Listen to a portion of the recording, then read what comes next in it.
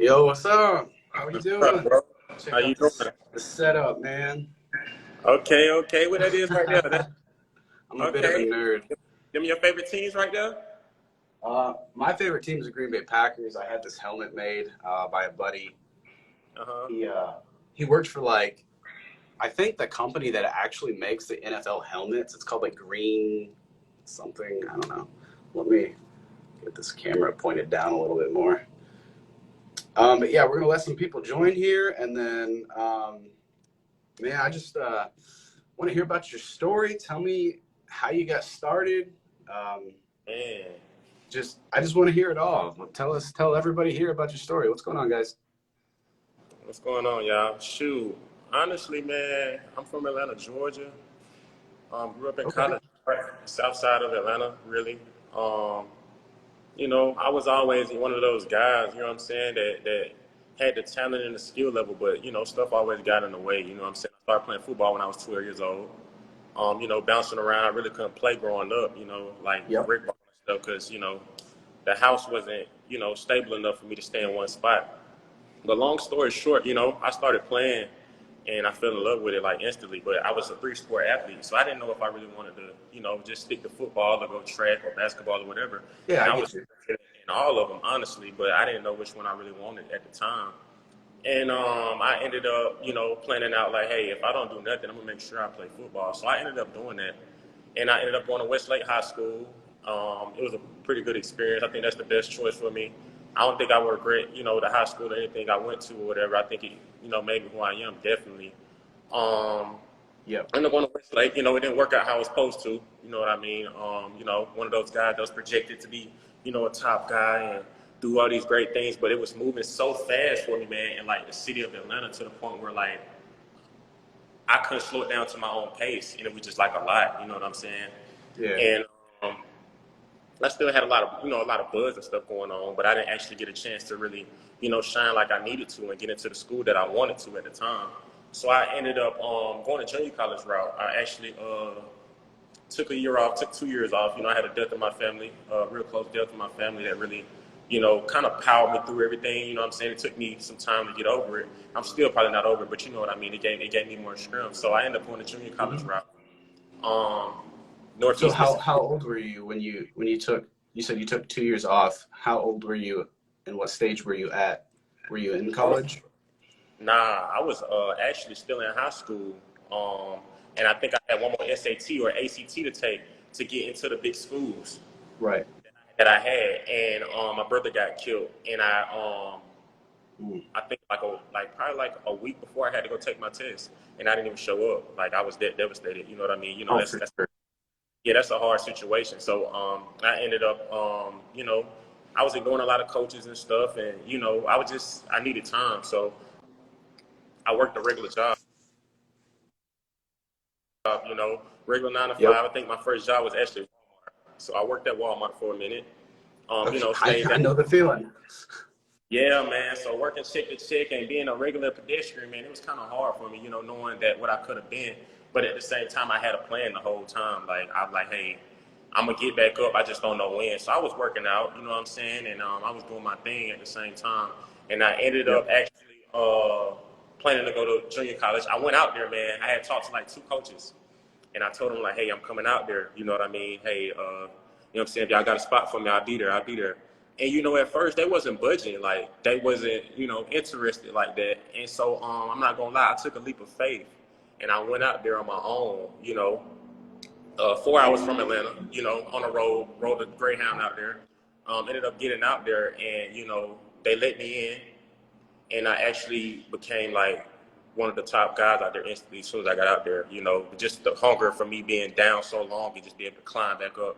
Yeah. Like it's crazy because I went out there, I didn't know nobody. It was in a country town in Mississippi, and I actually just, I just did, I was me, and as long as you be real, you be yourself. You know what I'm saying? And you'll always be all right. So it probably took me like a half a semester or a semester before my name got out there, and I was working out every day. And before you know it, man, I was eating at all the restaurants around the town for free, bro. Like it was crazy. Yeah, like they gave me the keys to the gym. Like I was literally like practice to be over. It'd probably be 9 o'clock, 10 o'clock, bro. I'm calling. I'm calling back, like calling the restaurants, like, hey, I know Wendy's, I know y'all closed. I'm calling the manager, like, hey, can I get 2 Baconators? Like, and I'm calling back. I'm so, a caring person. I'm calling my homeboys back at the dorm. Like, I know the thing is, I think the cab used to close at 6, bro. So you got to think we hungry. I used to Yeah. call, hey, bro, what y'all want? I used to feed the whole team for free on me. Like, and I ain't gonna say sell the whole team, but whoever asked me and I was really cool with them, I'd bring them back a burger, like every night. You know what I mean? Because I know how it is, being a JUCO, and like that was the hardest part, just getting past that JUCO stage. But actually, I'm gonna be honest with you. I had a chance to climb back up for real, like really climb back up. But I ended up leaving Northeast because they had the 8 out of state rule, and they wanted to make a decision on basketball and football. And I told them, I didn't know what I wanted to do yet, and they weren't gonna let me play both. So I ended up leaving, man, and I ended up going to Garden City. Like, I think Garden City was like the #1 school in the country at the time.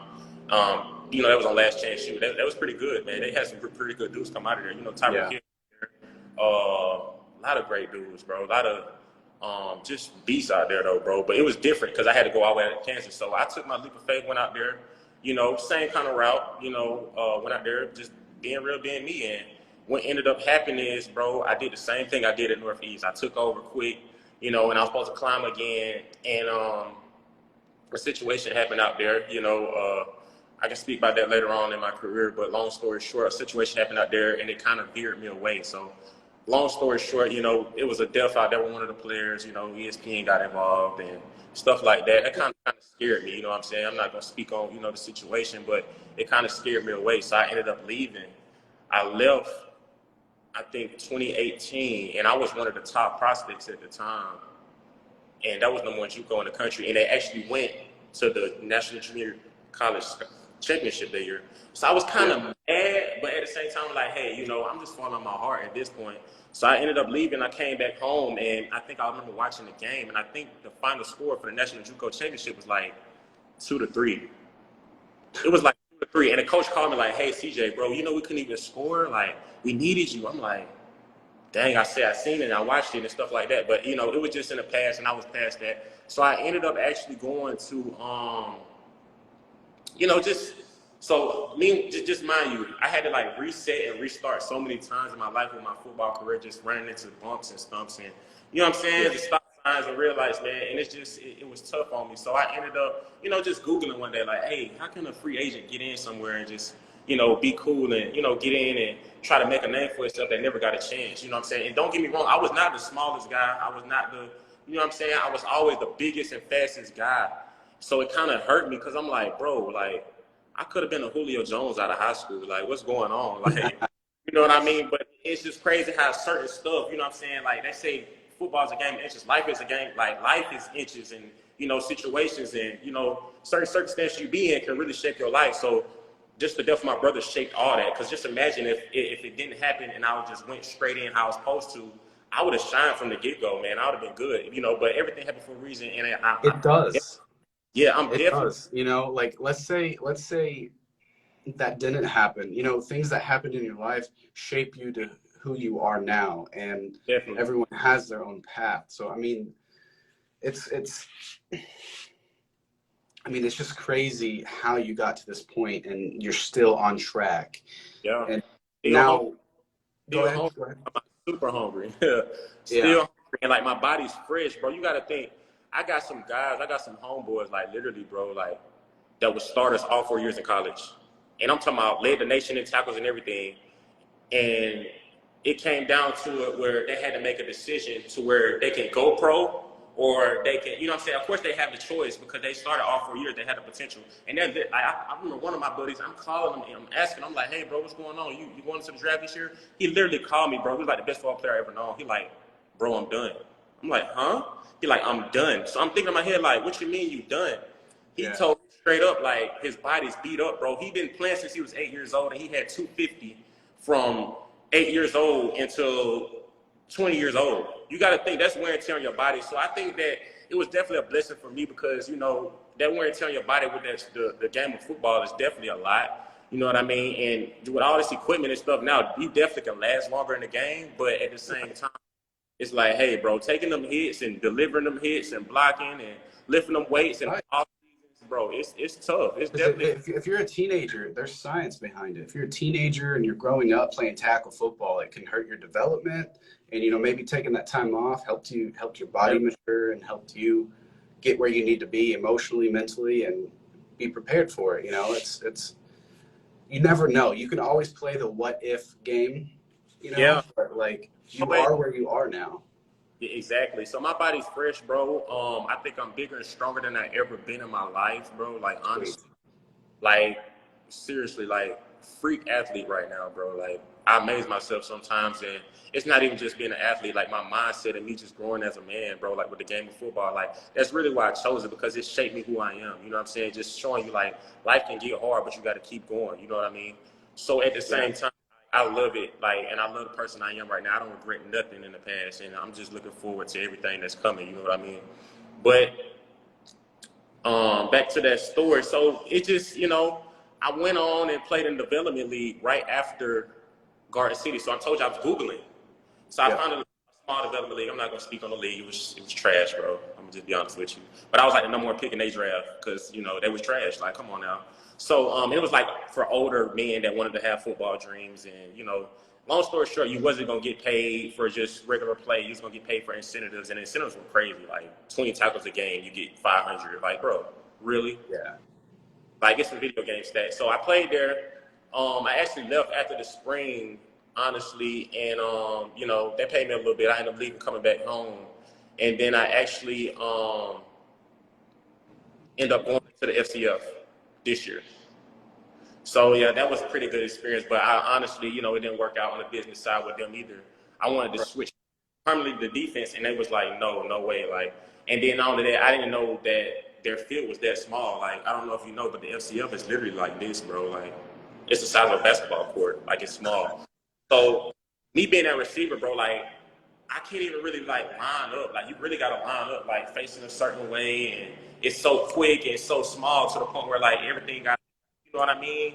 And I'm just a longer guy, you know what I'm saying? And I got the quickness and stuff, but I'm more of a speedster, like, hey, go ball type guy and, big play type guy. So I didn't And then really, you run. Yeah, it's like isn't it like 30-yard field, and you just run out bro, of room. it's crazy, bro. You will probably have to come to Atlanta and go to a game. Like, it's crazy, but nothing against them, you know what I'm saying? I thank them for giving me an opportunity, and I learned a lot from it. So I'm thankful for that. But at the same time, it's like, it's just something I needed to go through and grow with. So I ended up, leaving there. And then I met my agent, Scott, man. And this is a great guy because he didn't know me from a can of paint, man. And just me, him having a conversation like me and you right now, he Yeah. actually took a chance on me. And I told him, I said, hey, Scott, bro, I'm just that guy that never got that chance, that just kept running into bumps and stuff. And I said, hey, look, you know, I'm not going to tell you to just take all your chances on me and just put all your apples in one basket, but I'm just going to let you know right now, hey, I'm down about this sport because I love it so much. You know what I'm saying? And he just felt it, like just the conversation.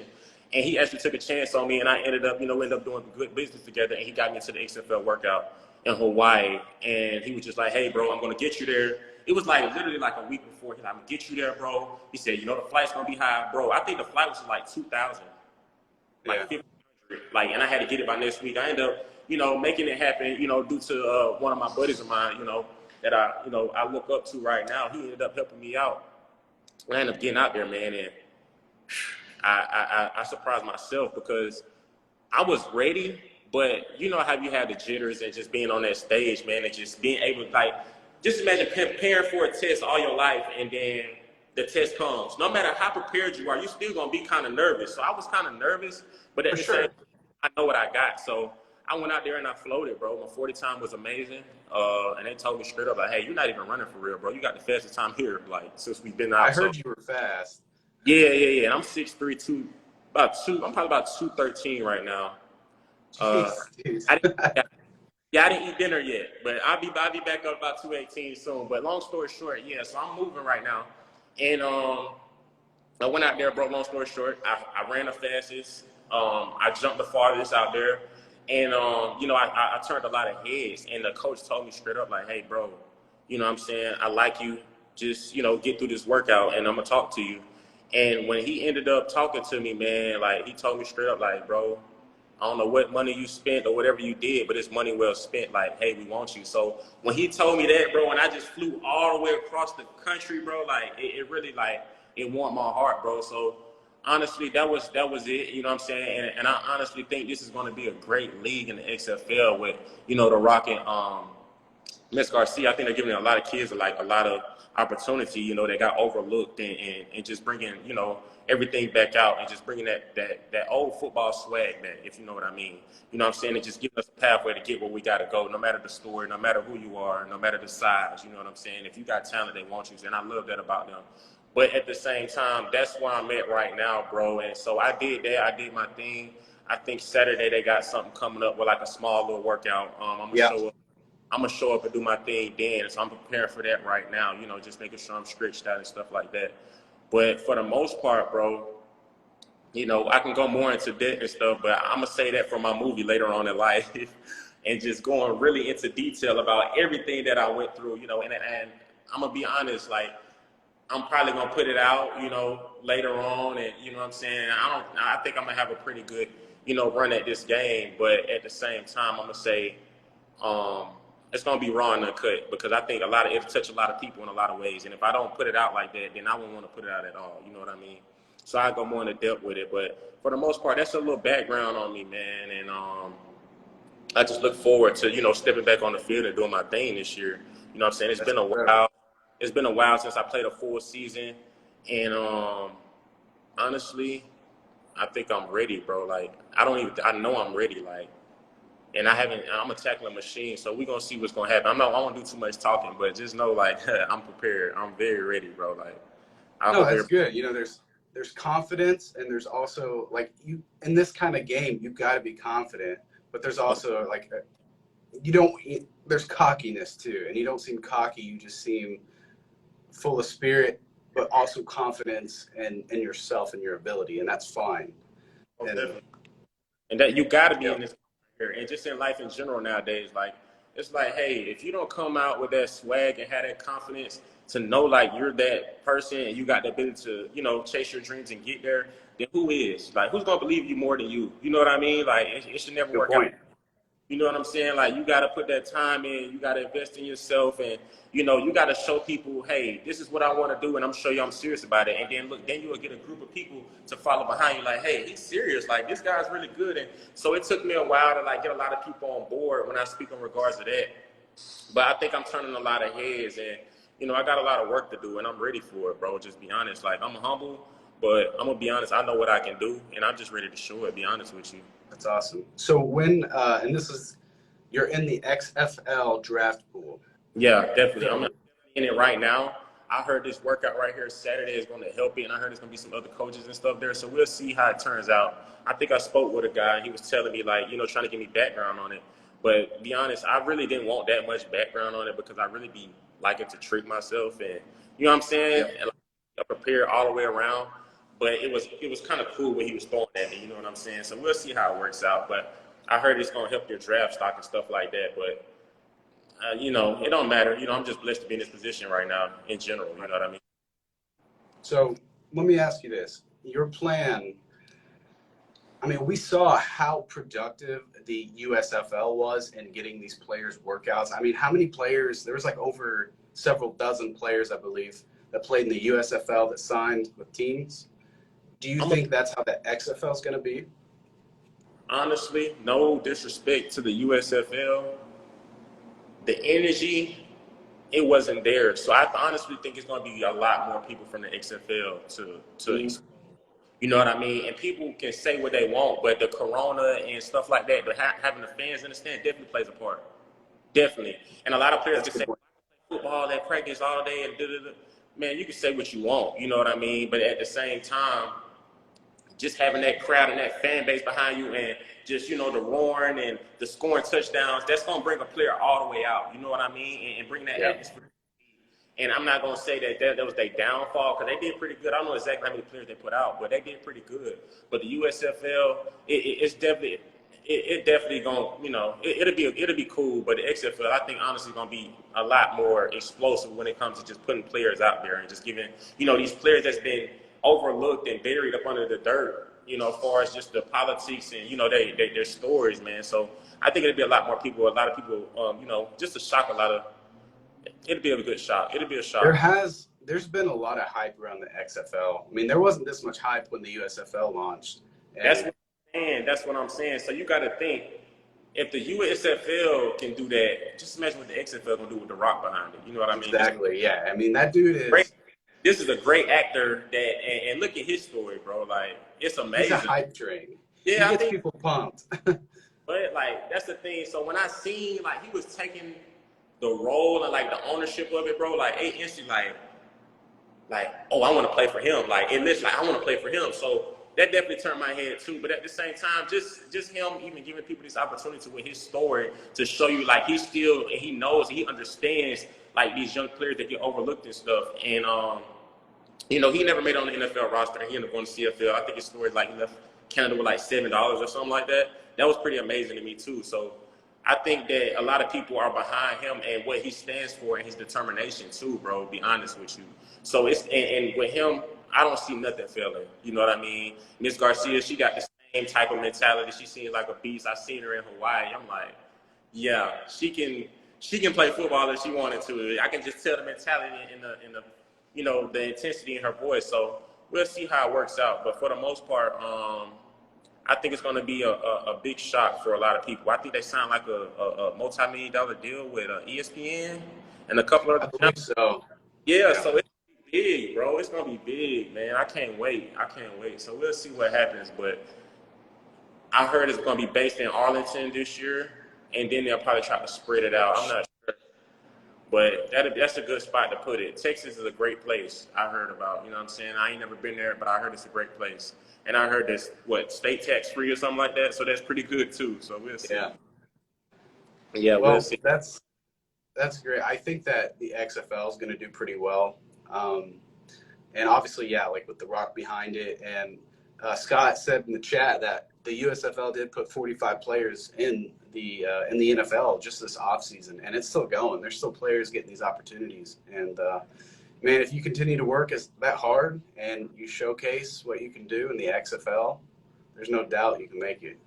Yeah, I ain't gonna lie. I spoke with someone. Somebody called me. I'm not gonna say the source, but they called me and they told me straight up, like, "Hey, CJ, you know you got a chance to like really make a historic story. Like, you can have like one of the greatest stories ever if you just come in here this season and just do your thing." Like, and he was talking in regard to short term, like, yeah. It kind of woke me up a little bit. I'm just speaking on it because it kind of woke me up, like what I can do. You know what I mean? He was just telling me straight up, like, hey, you know, we go from February to like June or July, and the NFL season starts right then. He was like, bro, you can go XFL, you know, kill, and you know, just take care of yourself through that season, and you jumping right into the big league. And I'm like, wow, he's right. Like, I really can, you know what I mean? So it's pretty big, and we'll see what happens. And that's my ultimate goal.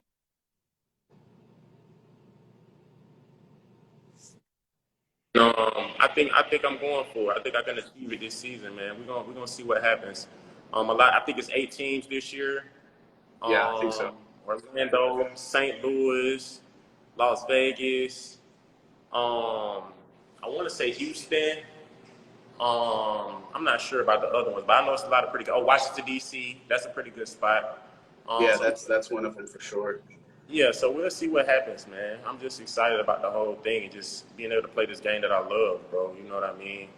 Like, I'm gonna be honest with you. If this game didn't pay nothing, I'd probably still play it, bro, and do something else. Like, that's how much I love it, bro. Like, it don't matter. Like, it's never been about. You gotta do what you love, you know.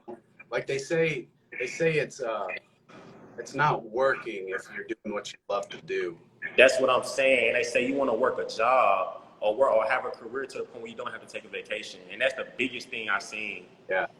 Yeah, and I'm like, wow, bro, that's big, because you know a lot of people, they work these jobs and they take a vacation every other week, and I'd be like, wow, like you taking a vacation, like you're tired, like you know what I'm saying. So just doing what you love and able to make an earning out of it, it's just ridiculous, bro. Like, that's the most amazing thing. So that's why I try to inspire people and motivate people to say, hey, find what you love. You know what I'm saying?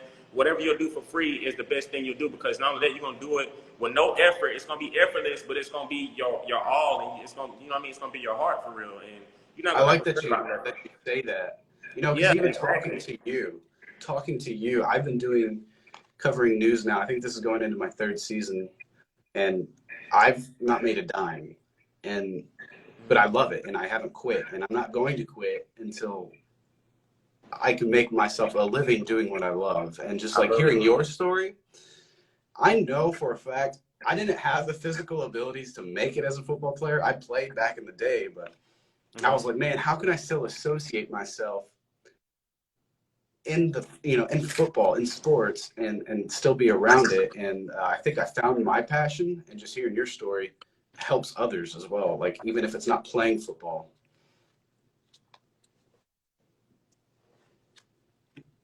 Oh, we lost you.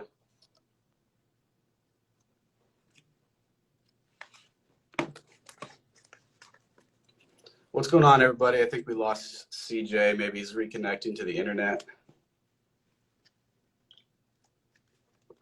Let me know if you guys can hear me or if you can hear CJ, because I can't hear him at the moment.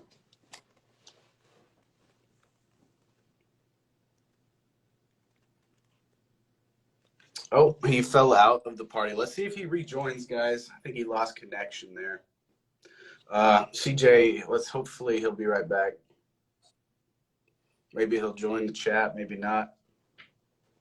But just hearing his story, inspiring others, never giving up basically is essential in whatever you guys want to do. And I think he's a first-round draft prospect in the XFL. And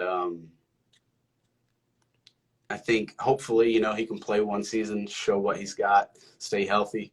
And, well, let's see. We got a request. That's not him. And, hopefully he makes it to the NFL. I mean, that's like, what is it? Like less than 1% of football players in the world make it to the National Football League. So it's just like statistics like that. And if you try hard enough, you can be that 1%. And if you guys watch like HBO Hard Knocks or anything, watching that is also pretty cool, because you don't realize what goes on the inside of these training camps and everything, and what these players go through every single day. So, oh, here's CJ. Let's see if we can get him back. He said he's coming back. Let's see if he's there. Hey, here we go. Hey, my bad, man. My bad. All good. My phone tripping, yeah, my phone tripping a little bit, but it's all good. It But happens. I heard what you were saying, man, and that's the message that I want to get across. You know what I'm saying? Like, just whatever you love, whatever you want to do. You know what I'm saying? You might fail once or twice, but if it's in your heart, you're gonna get it regardless. You know what I mean? And let's see what happens, man. I'm ready for everything that's coming. You know what I mean? And I think I heard you talking about the Hard Knocks thing, man. You know, I actually be waiting on it, like literally, like as soon as it come out. Yeah, like I love Hard Knocks, bro. Like I watch it like every time it come out, literally. And I think it's I in just Detroit. I just started the Lions one today. I usually like to wait until they're all out and then watch it all, but I was like, I can't wait. Yeah, can't wait. Like, yeah, just itching for football season. Honestly, Yep. I think football season this year is gonna be a lot different. I don't know why.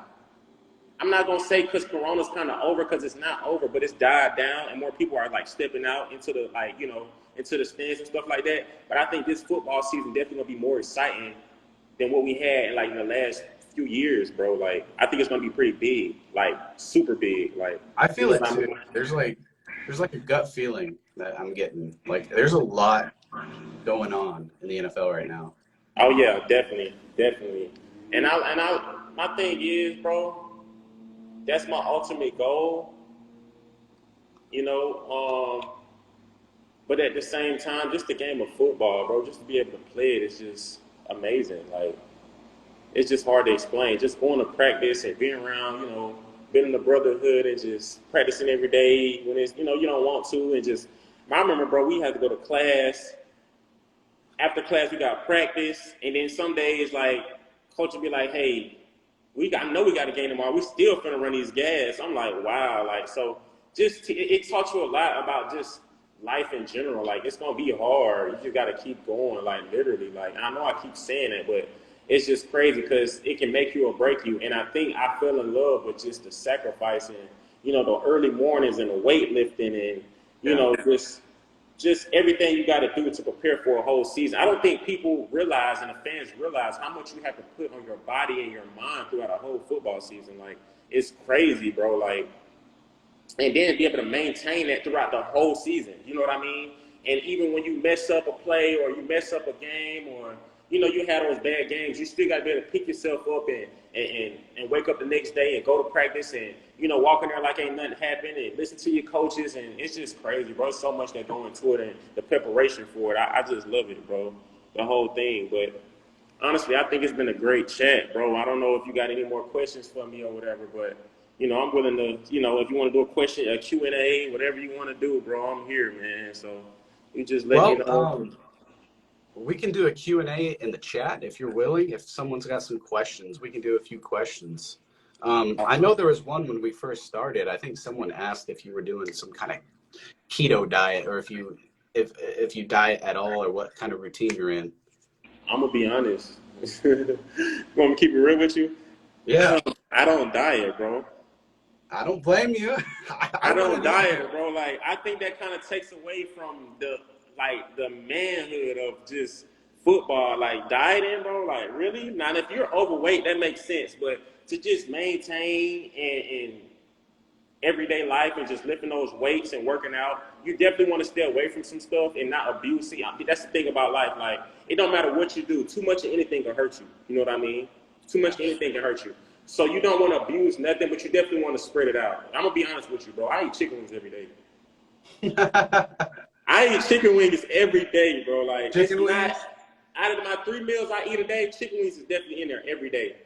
But, I'm not saying that to say, oh, I can eat chicken wings. No, I'm just saying that to say, I'm going to be honest with you. You can really eat what you want to eat as long as you put in the work. That's just me. Yeah. That's the theory I always went by. If you put in the work, you can eat what you want to eat. You know what I mean? That's how I feel. Yeah. Like, if you're burning more calories than you're eating and you're staying in shape, it don't matter. Yeah. Most definitely. So I have my fair share of food. I'm not gonna lie to you, and I don't discriminate. You know what I mean? I do not discriminate, but I prefer chicken over everything. Definitely. I never did no dieting. I don't. If somebody put a salad in front of me, I probably would start laughing. Like, I'm not gonna eat that. Like, I don't. Yeah, I'm not a salad. I'm a picky eater. I grew up super picky. I don't eat like. I'm really bad when it comes to my vegetables, but I still eat pretty well. I feel like a good amount of food. What's your go-to meal though? My go-to meal. Okay, so I'm a person. I love breakfast food, so I can eat breakfast foods for breakfast, lunch, and dinner. So it don't matter if it's eggs and bacon or any kind of sausage gravy, anything that's breakfast related. I'm pretty good. I pig out.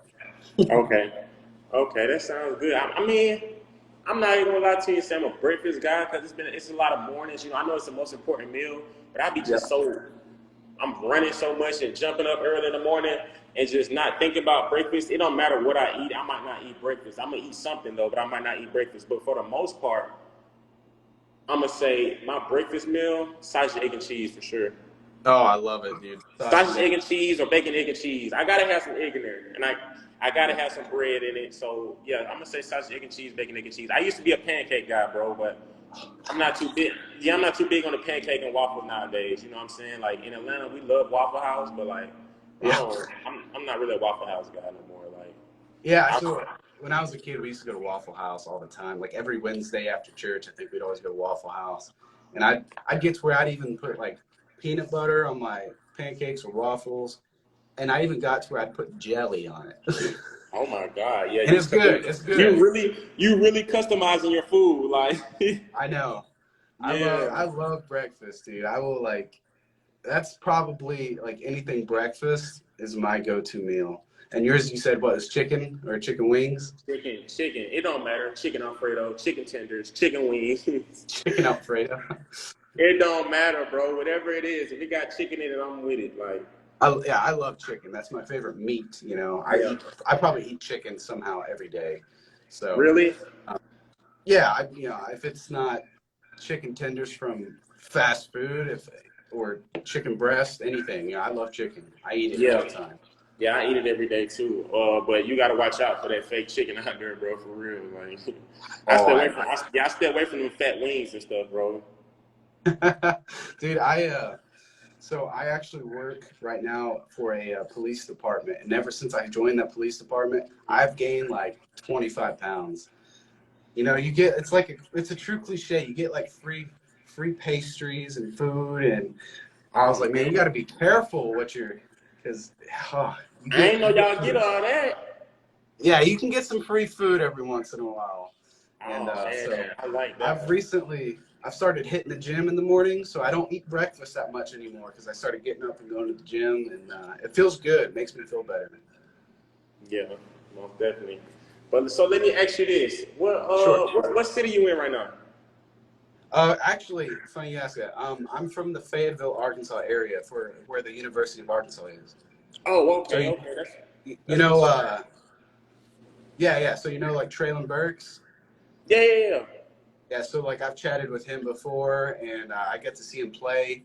I know Grant Morgan. He and Monteric Brown. He was drafted by the Jaguars. Grant Morgan's with the Jaguars.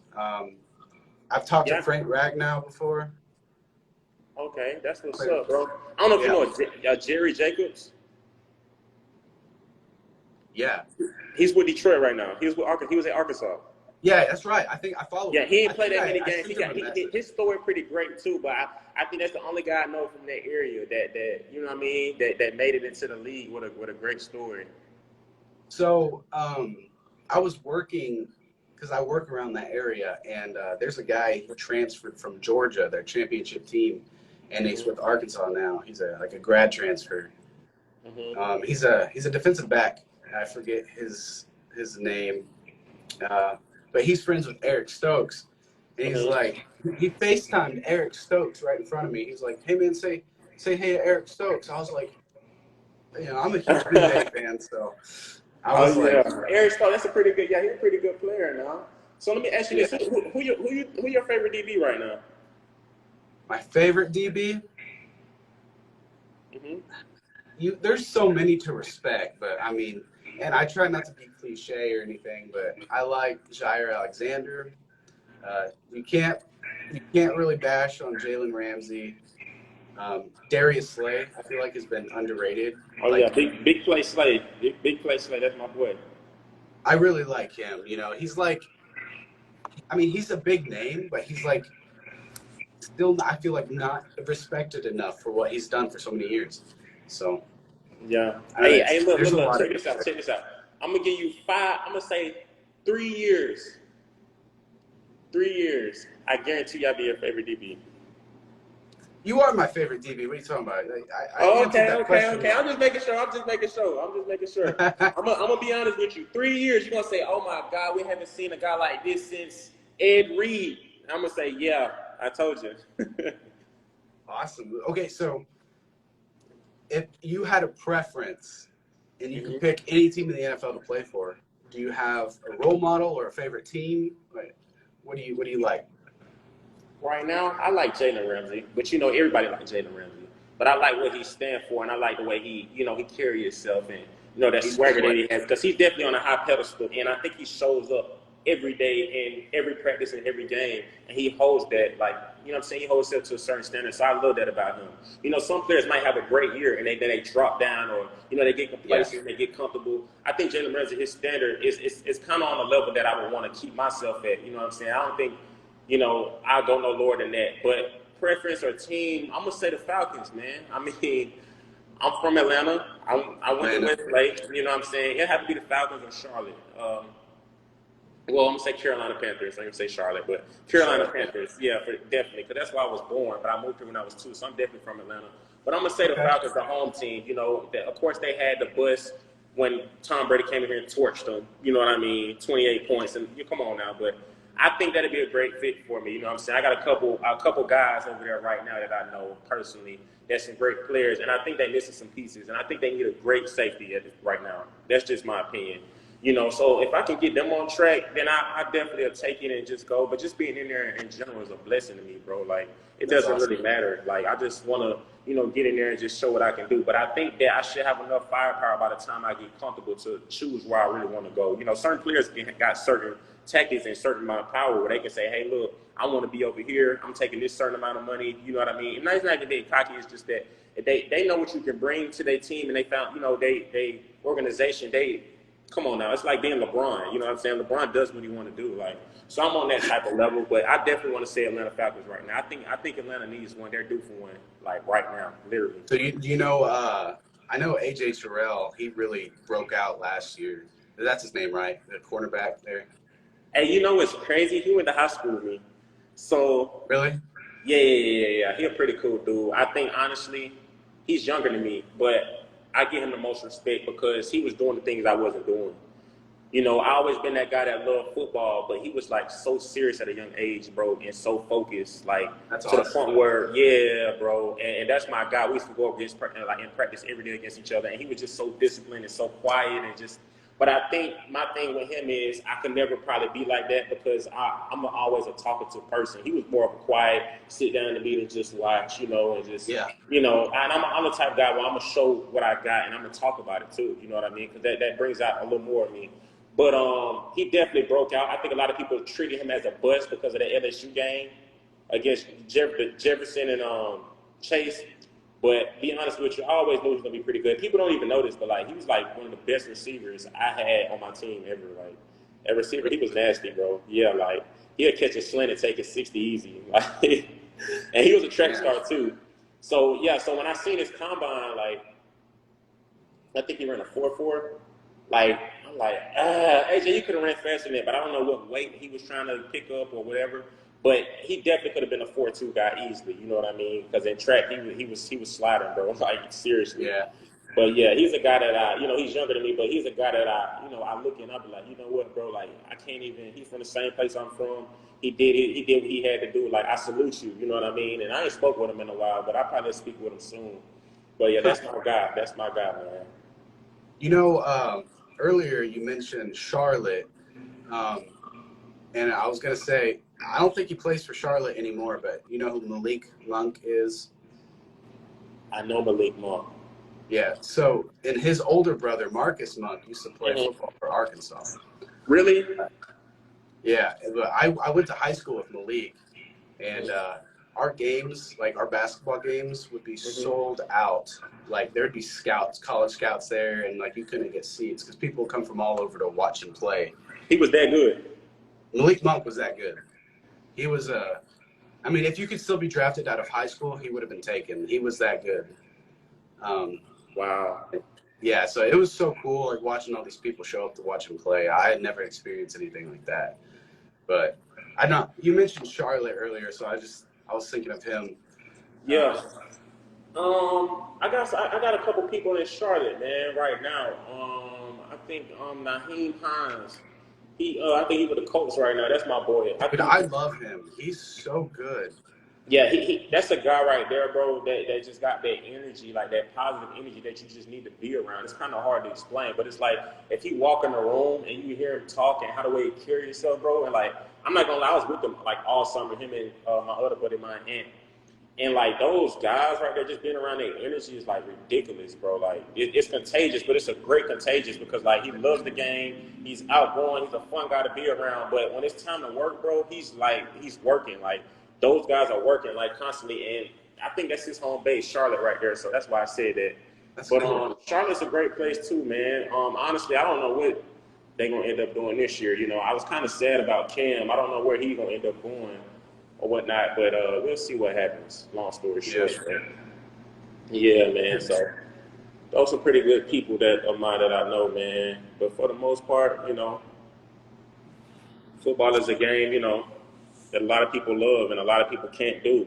You know, Yeah. a lot of people want to talk about it, but you got to be about it when you out there. I'm gonna be honest, like it's tough, bro. It's definitely tough. You know, one hit, one missed tackle, one, you know, wrong turn on an ankle or, you know, Achilles, it's over, bro. So you got to be real mindful of that too. You know, I don't want to speak on the bad part, but you got to talk about the good and the bad when you're speaking about anything. And I'm just going Yeah. to keep it You real know, like that. it's so easy. It's so easy to watch these games on TV and be like, how can you do that? How can you not throw that ball? Bro, Catch that's what that I'm ball. saying. Exactly. A lot of people do that. Like, how did he drop that ball? How did he miss that tackle? Like, they don't know. Like, you really got to be athletic. But not only that, you got to have that muscular endurance to just break down. And, you know, and the game is so fast. People don't know. They thinking this play is going for 10 seconds. No, ain't no play going for 10 seconds. The plays are like Yeah. 2 seconds, bro. Hunt, the ball's out. He's running or he's getting tackled or he's blocking. You know what I mean? It's so quick to the point where it's like, you know, that's why a lot of people be mad at, like, hey, the game is not about a 40-yard dash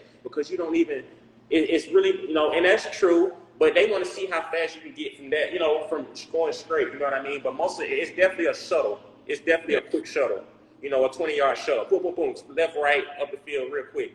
So that makes sense, but a lot of people do that, but you know what I mean? But, you know, honestly, out of all the sports I ever played, and I could have been a track star, and I'm gonna be honest, I probably could have did 1 or 2 years overseas and got into the NBA, bro. Like, I'm a real good dunker. Like, Really? I'm really nasty on that court. I'm not even gonna lie to you. Like, I'm nasty on that court. But I at the suck at same, basketball. bro, I'm nasty on that court, bro. I'm telling you, Wow. like, sometimes I ain't gonna lie. I ain't gonna lie. I know we're speaking about football players. But I look at the NBA players. I'm like, bro, how can Ben Simmons not shoot? They're paying him like 100 million, like in 5 years, and you can't shoot, bro. I can go I to the don't. gym. I can go in the gym one day and catch my shot, and the next day I'm like Curry, like. But you know, it's harder than what it seems, so I can't really call it. You know, everybody's different or whatever. But out of Yeah. all the sports I played, bro, I'm gonna just say this, like. Football is definitely the hardest sport. I don't care what nobody say. It's definitely the hardest sport. It's definitely. And then you got to think these sports. These people have on no equipment and none of that. And I think football. A lot of people get overlooked in football because you got to think they're in equipment, bro. These people don't like. I done literally seen like a Hall of Famer walk into a room and nobody know who he is at all. Yeah. I remember one time, man, me and Tay Austin, we literally at the bowling alley. He walked in, nobody know who he is.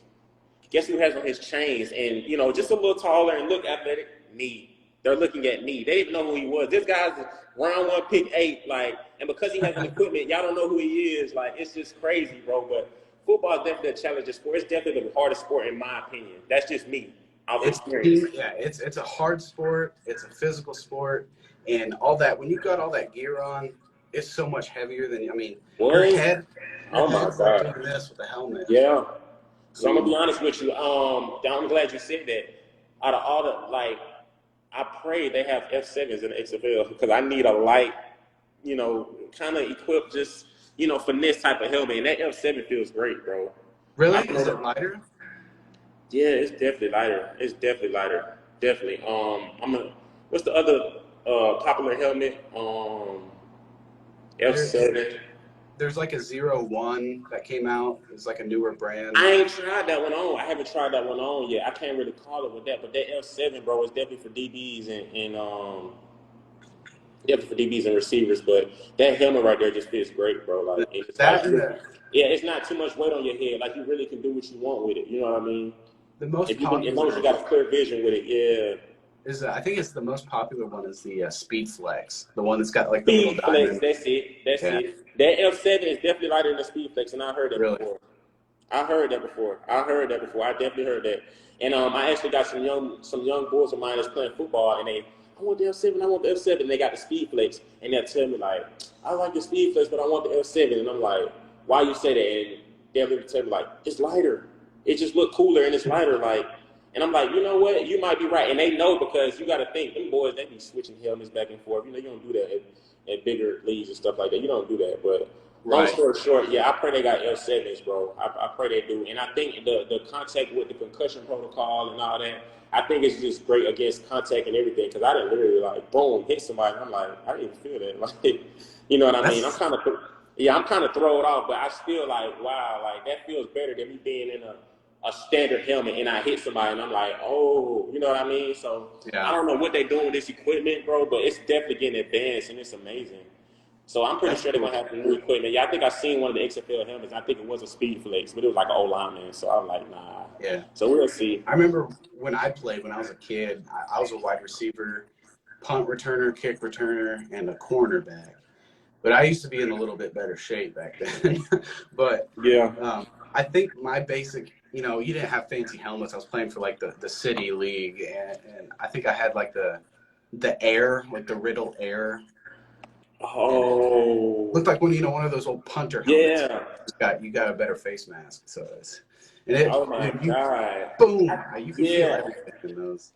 I already know, and it's crazy because like the riddle, I remember wearing a riddle, and I remember my first time playing football. I think I was 12 or 11 years old, bro, and that's when the butt crack was still out, and I used to feel bad. Like they literally had the thing going down the middle, and the standard That was helmet. what it was, yeah. Yeah, not only are you ugly with the butt crack, but you're getting banged and like you're feeling every hit. Like it was just crazy. But Yeah, as life goes on, a lot of people don't know that technology getting better, equipment is getting better, the recovery process is getting better, and they just bringing so much stuff into the world, like to the point where it just makes everything easier for us. Like you know what I mean? Because like they say back in the day, Jordan, if he had everything LeBron had, he would have played longer or he would have been better. Like, I'm not trying to hear that, bro. LeBron did 20 years and, everybody plays in their era. You know what I mean? It's about what you do in your era. And it's just crazy how the world is just evolving with equipment and just electronics and stuff. Like, I don't know if you've seen, like, the new cars and stuff, bro. But, like, I yeah. seen, like, the new Charger and I'm looking at it and, like, I heard Dodge going straight electric. And I'm like, whoa. I saw that. It was like the 2024 Dodger or something, or 23, and it was like the exhaust sound because it's an electric car, so they basically just made like this fake exhaust sound. Did you? It was like it was like a TikTok or something that I saw. Yeah, okay. Yeah, it's crazy. So let me ask you this. So you think that car gonna sell or you think that the you know what I'm saying? The sales gonna go down? For the new Charger, Yeah. I'm more of like a classic guy, like a classic car guy.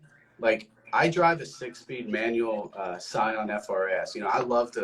I love to manually shift. I love to have that So you roar of really the can exhaust. you really can drive. I can I can drive, but I'm um, saying if you manually shifting that thing, you can drive, bro. Cause guess I who can can't? drive. Yeah, Guess I who love can't? it. I love it. I can't manually shift. Hey, I learned in a day and a half because I went and bought it was a Honda Accord. It was a 5-speed, and I didn't know how to drive it. And Mm. I bought it on a Friday, and I had to drive to work on Sunday. So I had like a day and a half, and I learned it, and Bro. I drove it to work. Oh my God, bro. Yeah, you're a quick learner. Cause I'm gonna be honest with you. I would have blew that engine. Everything would have happened to that car. It'd have been a wrap, bro. I'm gonna be honest. I haven't had too many cars yet, but I'm gonna be honest. The car that I drove made me the best driver, like, ever, bro. Like, now, if I get into a Hellcat or a track hawk and I don't know what I'm gonna get yet, I'm not gonna tell no secret. I'm not gonna tell nobody what I'm getting, but I get one of those cars, bro. I'm not gonna say I'm gonna have tickets, but bro, I can really drive, bro. Like I done literally went through lanes before, like yeah, and I can drive, bro. And it's a great thing to be able to do that, but at the same time, you want to drive safe. So I never been on the side of muscle cars, if that makes sense. You know what I'm saying? You say you're a classic car guy.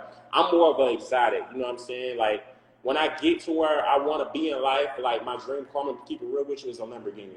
I really want that car. I think it matches me, and I want to black it out and with the, you know what I'm saying, on the like a Batmobile, if it makes sense. Bulletproof Yeah, it, you know what I'm saying. I might have some little, fake little designs on it or something, but we'll see. But long story short, it's just, we just talking about the evolution of just like the electronics and just how the world changing, bro. Like it's just crazy. Like everything is just so it's advanced advanced now. so Yeah, it's much. advanced now. These pandemic babies, they're coming out more advanced. Like everything just moving so much faster. Like I don't know if you've seen, but like they said literally like we had the fastest day ever in history, like not too long ago. What was it? I'm What not was it? sure what date it was, bro, but it's just crazy because I be thinking they're messing with the time or something. I forgot, but they said like the Earth is turning faster than ever. Like What? yeah, like they said, like the it's starting to like move faster. I So at didn't first know I thought it was that. messing with the time. I'm like, I say not only can they control weather and stuff, they can. No, it's not that, bro. It's just that's what the world is. Like some days are literally going to be slower than others and everything. So I had to learn that too, and that's a whole other different subject I don't want to get into because you can dig deep in that too. And I'm not on that side of the ball. I'm not, I'm with whatever happens. I'm just going to adapt to it and handle it. But it's just Yeah. crazy, bro. Like how life changing. It's been amazing. It's been an amazing journey. You know what I mean? And just with this Corona stuff, kind of. I ain't gonna say dying down, but kind of getting more control and less people getting it Yeah. and more people being vaccinated. That's a great thing for just like the sports and just, just everybody that's really, being active outside nowadays. So we're going to see what happens. But like I said, this year with football is definitely going to be the biggest, I think. And I'm talking about, I think going to be a decade. I'm going to be honest with you. I'm going to be honest. You got to think, bro, we haven't had a clean season since what, 2019, 2018? It's been, I think, 2 full seasons, yeah, at least. Bro, it's gonna be crazy, bro. Like, just imagine that's like having a dog in a cage for like 2, 3 days, bro. Like when you let that dog out and it's energetic, oh my god. So Yeah. you gotta think the fan base, the views, everything is gonna go up crazy, bro. And everybody loves football. America's a football sport, so I'm just excited, bro, just about everything. Yeah, I'm excited, bro. Even the preseason games, I think, have been pretty. What? The preseason games have been straight action. Like Yeah, people are I think they've playing. been like pretty well received, like millions of views just for preseason. So, I mean, Yeah, definitely, it's a definitely. big deal. Yeah, it definitely is. And what's crazy is like every year football comes on, I see something different. I be like, last year they wasn't doing that. I seen like superstar players playing in preseason games right now, and I'm like, I usually saw, they're like, I am I saw Patrick tripping? Mahomes. They put Patrick Mahomes in. I was like, what's he That's what I'm doing? saying. Am I tripping? Yeah, I thought Or I or was they too. or something changing, bro? I'm like, what? You mean to tell me, Patrick Mahomes played and this guy played? Like that's crazy, bro. Like last I year they think didn't do that. they're eager, man. They're like, I just want to play. Like, I think that's Yeah, they're I'm telling you, tired. They want to get back on the field and enjoy the experience that's coming back. exactly. And it's crazy because these are $100 million guys, bro. These guys are on Yeah, $100 million contracts, like, and they're letting them play like right now instead of reserving them. But a coach would do that. A coach would let somebody off the leash for like a quarter or two, and bring them back in, and just to make sure that get the rust off them a little bit. So I kind of see the deal they're trying to play. Which that just from that though, that standpoint of them letting them play 1 or 2 quarters, it kind of tells you how eager the owners and the teams are that self though that they let them do that. You know what I'm saying? Because a player can say all day, "Hey, I want to play." If a coach say he's not playing, he's not playing. You know what I mean? No offense to nobody, but there's no real LeBrons in the NFL nowadays, but Tom Brady. That's just my opinion. But so it shows, yeah, it just shows you like the eagerness, like, bro, y'all letting these players play, bro. You just signed him like $100 million extension. Like, if he gets hurt in preseason, bro, you know how much money that is gone? Like, are you they're taking a crazy? risk. It's a big risk. Yeah, definitely. So, but I'm excited, man. We'll see what happens, and I'm definitely excited to see Lamar Jackson contract. They say he's gonna break records with this one, so Dude, they yeah. ain't. So what I've heard so far is that he's wanting his deal like fully guaranteed, and he wants paid more than what Kyler Murray just got paid. So, and I've tried DMing Lamar several times, being like, "Hey, man, I want to help you break the news. Just let me know." But he's a very private guy. He doesn't have an agent, so he hasn't gotten back to me. But I'm Yeah, I'm gonna be hoping. honest with you. I heard that. I heard that. Like, I heard he Yeah. has a daughter. I heard he has a daughter that he doesn't post. Nobody ever knew until like Really? last week. Yes, he has a daughter. I didn't know Nobody that. ever knew. He never posted her or nothing. But I think it slipped out when I think last Christmas he posted her with a present, and a lot of people saying, "Oh, that's his niece. That's his niece," and he was just like, "No, that's my daughter." And I was like, "Whoa." So that's big too. And I think that some players they need Wow. that privacy and stuff like that because some of them can't handle the media and stuff like this. I'm not gonna say in his regard. I don't know, but honestly, I'm gonna say that a private life is, always kind of better. You know what I mean? Because that's just something less you got to worry about. You know what I mean? So Yeah, I I respect it. salute him. The no agent part, I don't know because I'm not there yet. With the, that I don't know in regards. We'll find out with him. How it works out for him not having an agent trying to get this big contract like this. Because I think that's the only thing that's holding him back. That's just me. And honestly, he's my favorite quarterback in the NFL right now. He's good, and I've heard a lot of good things. Like he's bulked up, and He's Oh looking yeah. better than ever. Oh yeah, So he's eating. He's eating. yeah, Yeah, I think like I told you, no diet. He has no diet. I'm pretty sure he has no diet. really Yeah, he I'm just guarantee you. I just guarantee. hitting I'm the pretty sure gym. the coaches probably said something about it, but the way he probably moving that practice and stuff, they're not even gonna trip. Like they probably want him with that weight on him, especially the way he be running. Like, Yeah, people lift weights and get big. They don't do it for show. You know what I mean? You have to lift weights and get big to take those impact of those hits all season. You know what I mean? That's what the weights and stuff are for. So I honestly think they probably clapped it up for him and said, hey, that's cool. Just don't get out of control. You know what I mean? I don't know if you've right. seen. Yeah, I Don't don't get know if too you've seen swole. somebody. They're huge. Leonard Fournette, bro. He's He's big. huge. I've No, talked no, to no, him. no. This off season, bro, I think this was like at 270, bro, at running back. That's not good. But we'll see what he No, does with it. Yeah, they won a Super Bowl, so he did pretty good last year, but I heard he's been eating too. I'm not pretty sure about the weight thing.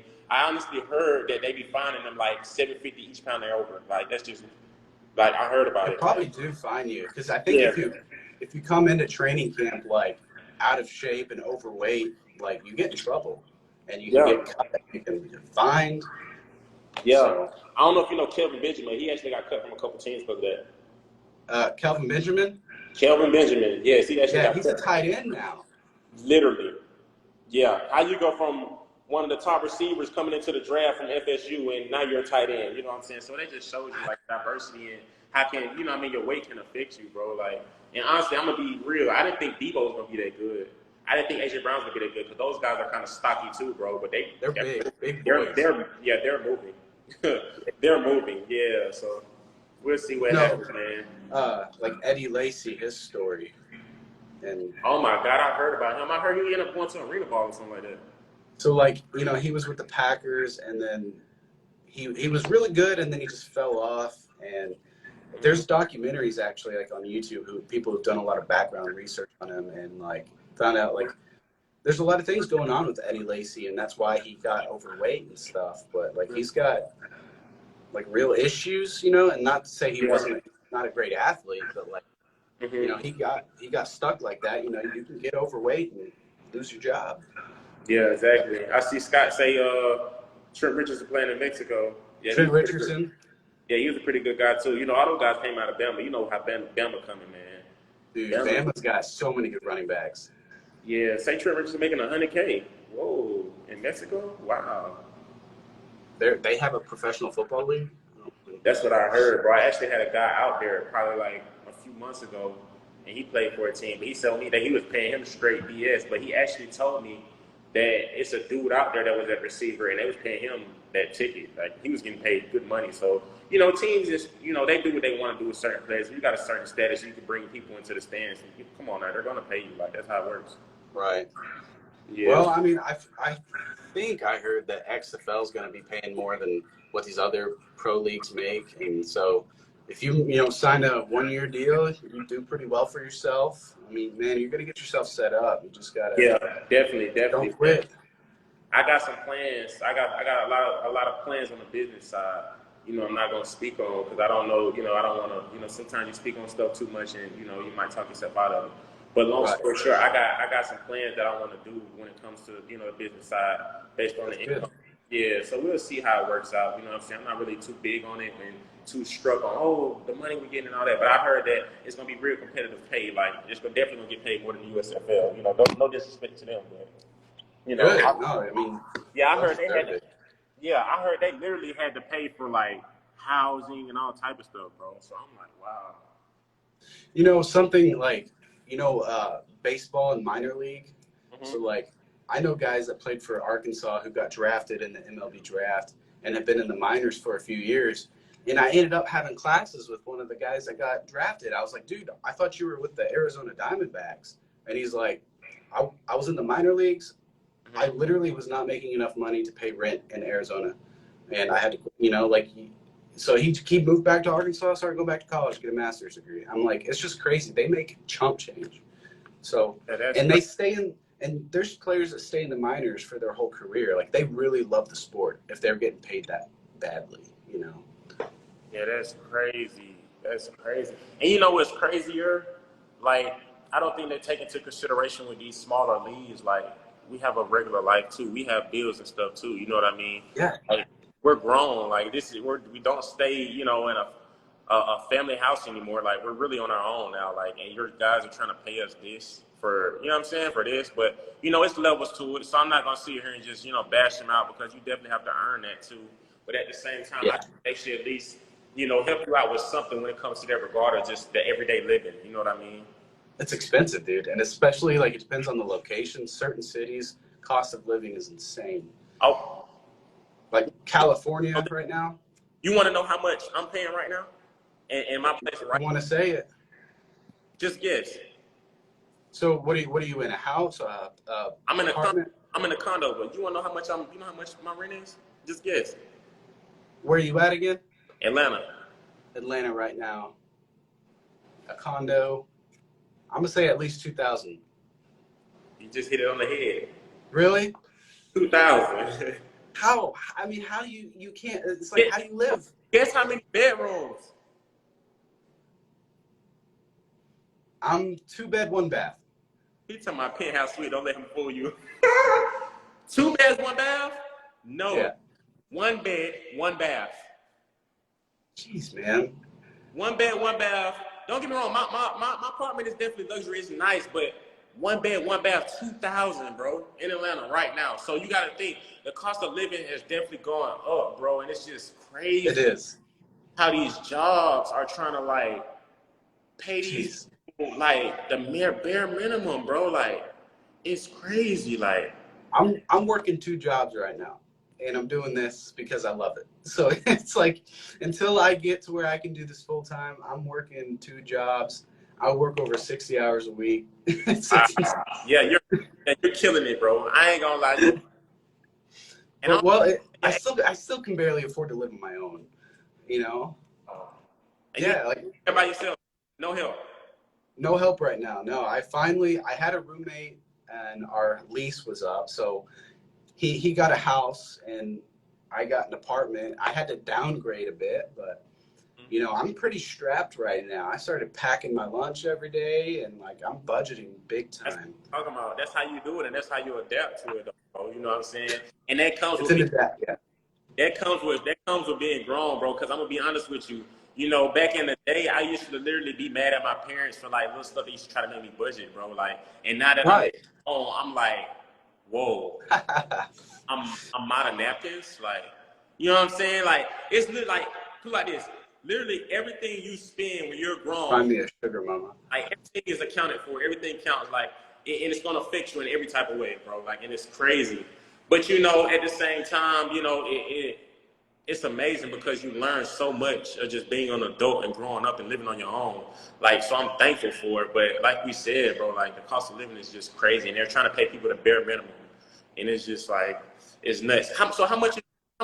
Exactly. So, but how much is your rent right now? Okay, okay, so my rent right now, I signed up a month before they raised it. So and my apartments aren't really the nicest, okay? Mine is $670 a month. 670, For bro. 2 bed, 1 bath. You're winning though. Right. Yeah, that's a good price. You're winning.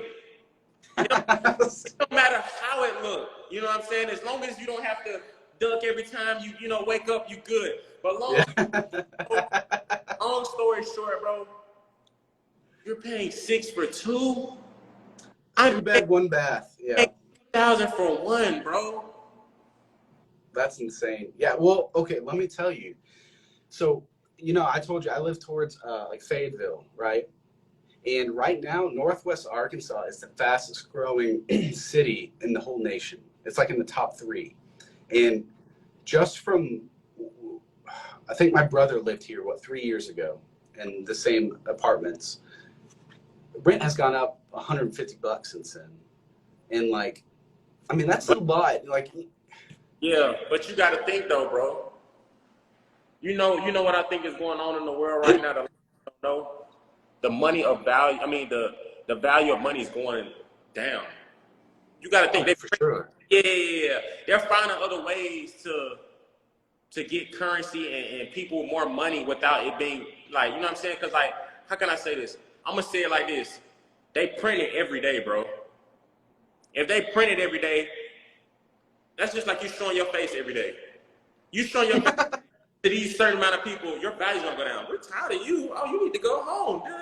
You know what I'm saying? So it's just like, bro, the more something, the more accessible something is, the less value it has. So I think that's definitely plays a role, bro. Like, and that's why a lot of people are trying to get into this, cryptocurrency and, it's like, I ain't gonna lie, I done seen a few movies, bro, that literally didn't scare me, bro. And I'm like, Yeah.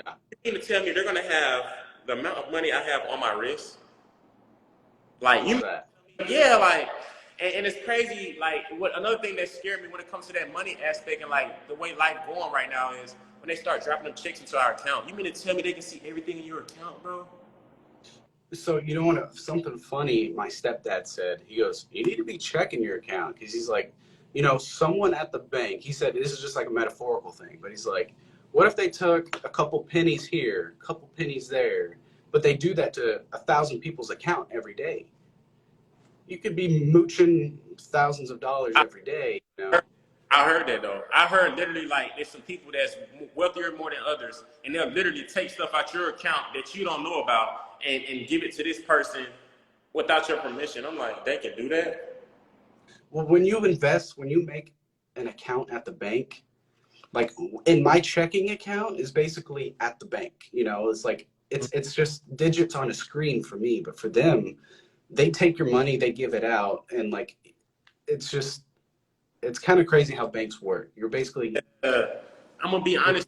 So let me ask you a question. What do you think the best way is to save your money without it losing value and keeping it safe at the same time? Should I go old school shoebox or like how should I do it? Like, well, okay, so I'm in Arkansas, and most of my family's from a really small town in Iowa.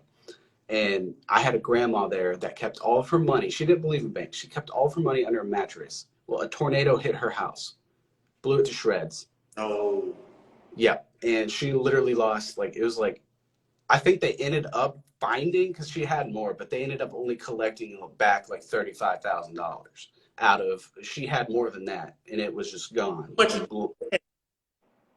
Huh? how much you think she had? They told me she probably had around 60K.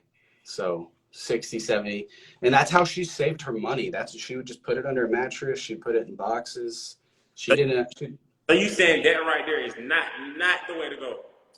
I don't think so. You do want to have a little bit of, so, okay, recently I just started it at the beginning of this month. We get Naheem in here. I'm on a budget. So like I have like a Google Sheets where I budget everything. And at the end of the month, I can put back a couple $100 in savings. And when that savings is built up, I'm going to either put a down payment on a house or pay off my student loans, which I probably should do first. But that's how I'm doing it from now on. And you can either open up multiple bank accounts, and then someone said in the comments, do a like an overseas account. I don't know about all that. That sounds like movie stuff to me, but Overseas? What? I don't know, that's what rich people do. They open up these like foreign checking accounts to put all their hundreds of millions of dollars in. But so like when the stock market crashed in the 20s, people lost all their money. And then after that, they came out with that FDIC where your money is insured. So up to like 30 or up to a certain amount of money in your bank, if the bank loses it, they have to refund you. They have to find a way to get it back to you. So that's why if you have multiple accounts with only $60,000 in them, at least that 60K in each account is insured to at least get it back if it's lost. Yeah. So that's why people have multiple accounts. It's for safety and security. That makes sense. I always against banks, bro, to be honest with you. But it's like nowadays, if you want to become all the way legit and just start like businesses and foundations or put something in your name or, just being a part of being a grown up, they want to track you and have it on paper, if that makes sense. It is. Yeah, no. And that's why, so Scott's saying it right here. You got to get out of debt before you can, before I'll ever be able to really purchase a home, I got to pay off my student loans because they will haunt you forever. And he's right. You got to get out of debt first. I got to pay off. Got to do that before you get a house. Yep. And that's my plan. That's why I'm putting money back now. And but man, I'm telling you, it's hard. It's hard living alone, and it's yeah, compared to where you live, it's cheap here. But that also means y'all might get paid more per hour, maybe, or something like that. Sometimes the I'm gonna be honest. In Georgia right now, in Atlanta, where I'm at right now, you probably can find most jobs are paying 12 and up right now. If you working a job under 12 right now, then it's probably some tips or something added, or you can probably get some commission or something like that. yeah, For the most part, just base salary. No job in Atlanta is going under 12 because that's just outrageous right now, especially with the cost of living. yeah. That's kind of like an insult. Like that's disrespectful. You know what I mean? So I'm gonna say that. I don't know how much y'all are getting paid up there. Like, what you think is a good? You know what I mean? What you think is the base? So let me tell you something real quick. I started. Vegas. I I have been working. So my second job is with Walmart. I've been working with them for almost 8 years. I started pushing carts for $7.25 an hour in high school, working 30 hours a week. And that was And what? Huh? That was this year. No. That was in high school. So that was what, five? But that was 5 years ago. So like, if you think about it, I've doubled my pay since I've been there hourly. So like, but if you, I'm going to say this, you need to find a job here at least $15 an hour to even live decently. But there's jobs here where people make $11 an hour, and you start at $11 an hour, and you can't live. The cost of living in Arkansas, it ain't like what you're gonna find in California and Texas and all that. But yeah, Scott's saying 5 years ago I made $7.25 an hour, and that was the minimum pay, minimum wage that the state had. But since then, I think our state has increased minimum wage to at least $11 an hour, I think. Oh, man, that's what's up. I'm glad they're doing that. But not only that, though, I'm gonna be honest with you, y'all. So hard now because six anything, people will be walking around and, like, don't get me wrong, Atlanta's already a flashy city, so people aren't worried to walk around like they got it. You know what I'm saying? And you know how people are. People flex and they be lying. Yeah. But long story short, if a lot of people in Atlanta, lived in Arkansas, you would see a lot more of that. Because I'm telling you, like, y'all are really, you know what I'm saying? And they would literally spend their money on flashy stuff. But so I'm gonna just say, I don't know exactly, what you're coming out with and stuff like that. But it seems like you got, goals and plans and big dreams of purchasing homes and stuff like that. Honestly, I say, you're in a good position to do that right now. That's all I'm gonna say because, hey, there's some places out here, like I just told you, that's literally stripping you for every dollar, and it's not an option. That's the thing. It's not an option. Like, I think the cheapest place in Atlanta that I heard within the last year, bro, cost of living was like 1,100. That's expensive for me. Like for here, that. We got D'Anthony Thomas in here. Yeah, bro. Oh, So what's up? yeah, bro. So it's just like, oh my God, this is. Yeah. So I wanted to say cost. So if you go towards like more where our campus is in Fayetteville, which is like 20 minutes away, apartments there are at least $900, $850 to $900 for like one bed, one bath. But they try to rip off all the college kids. Mm-hmm. So Yeah, makes sense though. And the college kids, they gonna do it. You know what I mean? Whether it's gonna come out of tuition or whether they working or they got rich parents, they're gonna pay it. They know what they be doing, and it's crazy because the government and just in general, they like it's how it is, bro. Like they know what they be doing, bro. But I'm gonna be honest, they did some great things too, though, bro. Because these laws are definitely they make sense. Because I'm gonna be honest with you, if I could do certain stuff when I was 18. I was like they got certain ages on certain, renting cars like 25. Like that's a smart idea. Like you know what I mean? Because it's like I don't know what made them come up with that guideline or that standard, but bro, you gotta think if these dudes 19, 18 can rent cars, oh man, we wouldn't have no cars to rent. Like no. Yeah, so I don't know what made them come up with that age difference, but that just from that age range and that age difference, bro, like the maturity level and just the breakdown of it made it so much harder to the point where like it's effective for them and it helps us out too. So that's great, bro. But it's you know, the world's just changing in so many ways, bro. It is. It is. And by the time, so I think, yeah, so my maturity from 18 years old, and I'm 24 now, 18 to 24, I thought I knew everything when I was 18. Now I'm like, holy crap, I was an idiot. Like, I thought I knew the world, but I did not. I'm the same way, and I feel the same way. Like, literally, like, bro, when I was 18, if I had this mindset, you know, but it's a lot of what ifs. You know what I'm saying? I don't want to keep saying that, but Yeah. when I was 18, bro, I was just, I ain't gonna say wow, but I had no clue or nothing. Like, I was literally lost, bro. Like, I was playing football, don't get me wrong, but football was just something to do, and I loved it. But I was doing so much other stuff, and I was just so non-focused on just that and just, you know, life in general, and didn't know much, like you saying, to the point where it's just like, bro, I don't know, bro. Like, anybody that had to grow up fast, I salute them. You know what I mean? Because my parents and just, you know, just I ain't gonna lie, I had a great home, but and you know the layout that I had was good, but a lot of people go through stuff where they have to like literally grow up early. I'm gonna just say this, like that gotta be tough, bro, because like we talking right now, being at that age and just having to go through certain stuff and you know want to do stuff that you want to do at that age is not gonna be compatible with growing up. You know what I mean? Like Yeah. at all. And you know, just growing up, you just learn so much, bro. It's amazing. Like the way you can learn is just, you know, adapt to certain situations and learn stuff on your own. So it's good that you stand on your own. You know what I'm saying? And you know the wages and stuff, and you know what I mean, what it's gonna take to get a house and all this and all that. And it's crazy because Scott just put something in here that you didn't even know about. Like you got to pay off your student loans before you get a house. Like I don't know if you knew that. Did you know that? I don't think you have to, but it's like to I think he means like Yeah, you got to do it. open up your chances. Yeah, that makes sense. That makes sense. Yeah.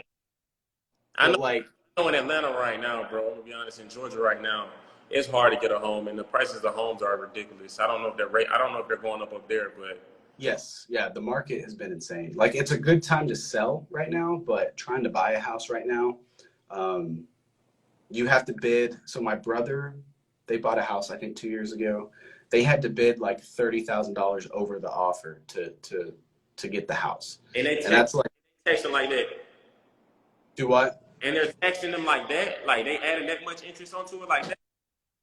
Yeah, like Oh my God. you have to bid over the asking amount around here to buy a house, and we have homes here that are a couple $1,000,000, but those are like the rich people. But I would say a basic like 3-bedroom home around here right now is no less than $300,000. That's great. Yeah, the house market is insane right now. You think it'll ever drop back down, or you think it's gonna get better, or what you think? So I've talked to like realtors and other people, they say it's going to drop back down, and I think it is kind of slowly, but we have so this area, we have, I think 90 people that move here like every day or something crazy like that. So there's always houses being built. There's always people competing to buy houses and apartments. It's tough to even, it's just tough. I don't know. I grew up here, and when I grew up, I basically grew up on a farm around here. That farm no longer exists because there's so many houses around us now. So it's like. So let me ask you this: what's your population, and why do you think people move like that? Is it because of the cheap pricing and of the living, or what? Okay. I think the population of our area is only like 400,000 people, and like. All of our cities around here combined, but Walmart started here in Bentonville. So did JB Hunt, and so did Tyson Foods. Those all started in 5 miles away from me.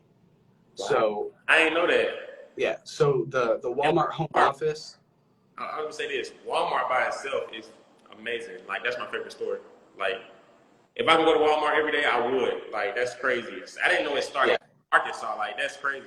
No, yeah, it started 5 minutes from me. So, like, We have a museum here.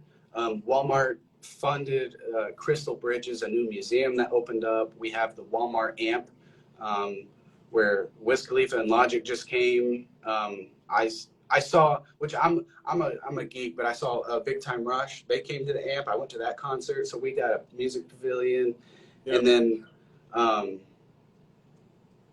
So Walmart has a lot of jobs here. We have the home office, the corporate office. We got Tyson Foods has a corporate office here. So that's what's drawing a lot of people is the work. Gotcha. That's what's up, bro. Yeah. I like Tyson. I like Walmart. I definitely like both of those. But it's crazy, like how certain cities start certain stuff you never hear about it. Like if you never told me that, I would never knew. Like never. No, yeah, nobody. So when I was like a teenager, I'd be on like PlayStation playing Call of Duty or something. They're like, "Oh, where are you from?" I'd say, "I'm from Arkansas." They go, "Where's that?" I'm like, "It's a state." What do you mean, where's that? Yeah. It's you know what I'm saying? Part of the United States. Crazy. Yeah. Right. Yeah. So yeah, it's growing here every day. I think it's Walmart. Basically, it's like the richest company in the world besides what Amazon. So it's Walmart's pretty big. I don't know if it's bigger. I don't know. I'm not gonna say McDonald's is bigger than Amazon or nothing like that. I just want to say they all are like in the same bracket. McDonald's, Amazon, Walmart. Those are big corporations. No, I think it goes Amazon. I think Walmart's in the top 3 or top 5 right now because it was number 1. But it's like one of the biggest companies in the world, industries in the world. Really? I heard it's like a McDonald's everywhere though. Over here? Yeah. I'm just saying in the world. Oh yeah, in the world, yeah, you got McDonald's everywhere. But same here. If you come to where Walmart started, we have a Walmart every 5 miles here. So we've got like neighborhood market. In Atlanta, we got that too though. We got that. Yeah. So I ain't gonna Walmart owns neighborhood markets. What did you say? Yeah, in Atlanta, it's the same way. It's the same way. Yeah. Yeah, 5 miles. Not that far, but it's a little distance to. Yeah, it's the same way, definitely. What about Zaxby's? Zaxby's up here? Zaxby's? Yeah. Yeah, we've got Zaxby's. Oh, okay. Just yeah. We've got I think 2 or 3 right now, and then we've got some Cane's chicken, and then Chick-fil-A's big, and Slim's chicken, and then Whataburger. We got some Whataburgers too. Yeah, I never been to Whataburger. I never been to In-N-Out. In-N-Out. I've been to one of those in Texas, but it was a long time ago. Yeah, I've been to Cali a couple times, and it was pretty. I didn't try it, but a buddy of mine tried it. He said it was pretty good, but I don't think it's better than. I'm gonna say burger wise, I don't think it's better than Burger. I like Burger King out of all the burger spots. To be honest with you, that's just Burger King. Yeah. Yeah, I like Wendy's. Wendy's? Yeah. For real? Bro. I do like Wendy's. No disrespect to Wendy's. No disrespect to Wendy's, but it's like, bro, every time I get my sandwich, it's cold. Really? Yeah. Man, I like it. I don't know if that's a thing or something or whatever, but every time I get my sandwich, I don't know if it's because the lettuce or what, but it's cold, and I like hot food, so I be like, let me warm this up if I'm at the house. But on the go, I'm not going Wendy's. That's just me. On the go, I'm not. No, it's definitely not my number 1 choice. I think it's underrated. But Chick-fil-A is probably like it's good every time. Chick-fil-A is definitely number 1, like across the board. It's so good. For me, every day. I can go Chick-fil-A every day, literally. Bojangles, I can go Bojangles every day. What was that one? Bojangles. Ojanga? Bojangles. I think it was started in Carolina. Bojangles. You never heard of it? No, let me look it up. They got like the big fries. I've never even heard of that. It's like a KFC. Okay. We've got KFC. We've got Church's Chicken. We've got like, Chipotle's. We've got Chipotle's. Yeah, we got a lot of Chipotle too. That's pretty big in Atlanta. And a lot of people like Chipotle. I'm not big on that. Like, people will be like, hey, I want to eat Chipotle. I'll be like, nah. I'm not big on it, but we got several of them here. But I don't like Moe's either like that. Well, you that type of food? Nah, I do. It's just, I'm so simple and so plain. I'm gonna put chicken and rice in there with some queso. You know, Right. Yeah. you really can put a lot of stuff in that stuff like black beans and guac. Yeah. I'm not doing all that. You know what I'm saying? I'm pretty basic too. Like I like uh, if I eat any Mexican food, I eat like it's called the Steven Special. It's just queso, rice, and chicken, Yeah, and that's put it on a tortilla. that's me definitely. I'm on that side of the ball for sure. No, we do not have any White Castles here, Sadie. Or is that? I think I'm saying her name right. Sadidi. Yeah. So Comments, no nothing no more. Like do what? I can't see no comments or nothing no more. Oh, really? Sometimes Instagram lives do that. Yeah, I'm looking at all the. Yeah, there's been people just joining and stuff, and Nothing. Like I don't see people joining. I don't see people leaving. I don't see people coming or nothing. can you scroll all the way down, or is there any chat at all? It's like it's just showing like the last person that joined. That's it. That's weird. Yeah, there's still people joining and waving. Let's see. Jeff Allison laughed. Oh. Yeah, Jeff Allison is here. Yeah, that's my boy. Celis World says howdy. Yeah, Jeff a pretty good football player, man. Pretty good guy. Scott says now I can talk junk finally. Maybe he knows Jeff. Yeah, we got a lot of people still joining, man. It's awesome. Yeah, it's crazy, man. So let me ask you this. Where do you see yourself in about 5 years, though? Where do I see myself? Yeah. So it's realistically probably working a corporate job and then doing this on the side. But what my dream is I'm still going to keep doing this. I know for a fact I'm going to keep doing what I'm doing. And in 5 years, I want to be attending NFL games, meeting people and personnel on the teams, getting sources. That's what I want to do. Gosh, I like that. I like that response. We gotta get you to some XFL games this year, man, for sure. I've Yeah. only ever been to one NFL game, and that was last year. Oh, hell no, What's what? that? I see somebody say Super Bowl 57 picks. Oh, you can't tell. I don't know. I ain't gonna lie, the Chargers are OD right now. Like, I like the Chargers. I like them. bro, you know the new Madden came out, right? The what did? The new Madden. Okay, yeah, I've been watching some YouTubers on it, like Bengal. Mm-hmm. I've been watching his videos. I haven't bought a Madden since Brady was on the Patriots. I don't know when that was. So it was like 3-4 years. Yeah. So I think it was like Madden 19 that I bought. That was the last one I bought. Okay, gotcha. So let me tell you this. I think like the top 5 ranked players right now on Madden, if I can look at the leaderboard, they all play with the Chargers. I don't know what's going on. I don't know if it's they gonna try to win it all or they, most projected to win.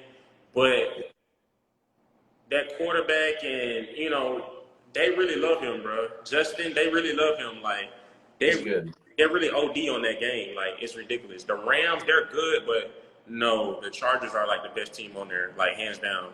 And I'm trying to on it and trying to see like where they putting these pieces together and where they're getting this from. But they got a pretty good receiving core and all that. But just as an overall, I don't know. That defense it's all right. What Khalil Mack, they got an addition, and Derwin James. Madden 18 thing. Yeah, Madden 18 I think was the last one I got. But yeah, no, the Chargers are on paper look stacked, but it's like year after year they just don't live up to it. So I don't know. I don't think the Chargers are the best team in the league. You can't answer that question. That's what you're telling me. What? Who I think? 57. Yeah, that 57 Super Bowl 57. I can't answer that, man. You never know. Yeah, football is just. Yeah, it's like once you get to the playoffs, anything can happen. Yeah, most definitely. That's true. I'm about to say you could drop a little Q&A box. I don't know if you know how to do it. I don't. Let's see. Do I hit this plus thing or? I don't know how to do it. I don't know how to do anything on this. You don't go live much, huh? No, I used to a little bit back in the day, but I think it was before it was like before reels and all that. So Yeah. let's see. How do I? And you the host, so I couldn't even tell you like on your side, but Dang it! Yeah, you're right. I am the host. Oh yeah. wait. Questions. Let's see if I can. Anyone watching can send and see questions here. Yeah. Put it in. I just want to see what these people got to ask. How do I start the question? Let me type one. Okay. Let's see. Who do you have Super Bowl 57? Maybe is that a? Yeah, that was a question. That definitely was a question. Can I pin it and then? Yeah, I mean, you could just say it, and then they just ask one. Yeah, But pin the comment. if about, I think with the Q&A, when you put it on here, it's anonymous. They don't know who asked it, and you could just answer it, Oh, and you could just it'll be up there. Like people are more, you know what I'm saying? You know, people be scared and stuff, and we're not. yeah. Yeah, so that's pretty like a good tactic. You know what I'm saying? But I don't They know. say she says click the plus. Let me look. Let me look. I'm not even gonna lie. I can't even see. I still can't see no comments. I don't know why my thing keep freezing. I can't see. Really? Yeah, I mean that's cool. I mean it's on your side. You can see it, so that's why. Oh, okay. I see. So somebody submitted a question somehow. Mhm. She asks, "Who is my inspiration?" Or who is your inspiration? Maybe it's I'm to gonna let both of us. My inspiration, I guess, as far as like in this job field goes, I've made some close friends so far. I work with Josina Anderson. We talk quite a bit, and she's become a real friend of mine. And a reporter for Pro Football Network, Aaron Wilson. He's an agent, not an agent. I'm sorry, a reporter. Um, he's been real nice to me and good to me. So I've made a couple like friends like that. Jordan Schultz, I've talked to him a bit. Um, Okay, that's a pretty good name. That's a pretty yeah. yeah. But I've kind of like Ian Rappaport. He's viewed my stories. So has Tom Pelissero. He's viewed my Instagram stories before, but I've never like discussed with them. Mike Tannenbaum. I've talked with him before. He was he used to be like vice president of Miami Dolphins. I've chatted with him before. Hmm. But other than that, like I don't know if I ever had someone as an inspiration, like, oh, I want to do, like, they're the reason I got into it. I don't really have that person yet, but I kind of have just made close contacts with other reporters that I look up to now that have been doing it for a long time. Got you. I honestly, I'm gonna go ahead. Inspiration. I gotta start from the start. I'm gonna say definitely Ray Lewis because without Ray Lewis and Ed Reed, that package and just seeing them play at a young age, I Yeah. wouldn't be playing football. I'm gonna be honest, I probably wouldn't. But definitely LeBron on the side of just nowadays and just the longevity and just how you carry yourself. So like Yeah. those people are my inspiration. Like, and I ain't met them yet, but I know I'm gonna meet them. I had a chance to meet Ray Lewis last year, and I actually missed the party. Yeah, I was in Detroit at the time, and I think they had a party here for Grady Jerry. I don't know if you know, but Grady Jerry is Yeah. Ray Lewis' nephew or something like that. Grady Jarrett is Yes, nobody for the knows. Falcons. Yeah. He like Ray Lewis' nephew or something, and he had I Wow. think it was Grady Jerry's birthday or something. And I had a chance to meet him, and I didn't show up. I had got invited, and I didn't show up, but they sent me a glass of champagne.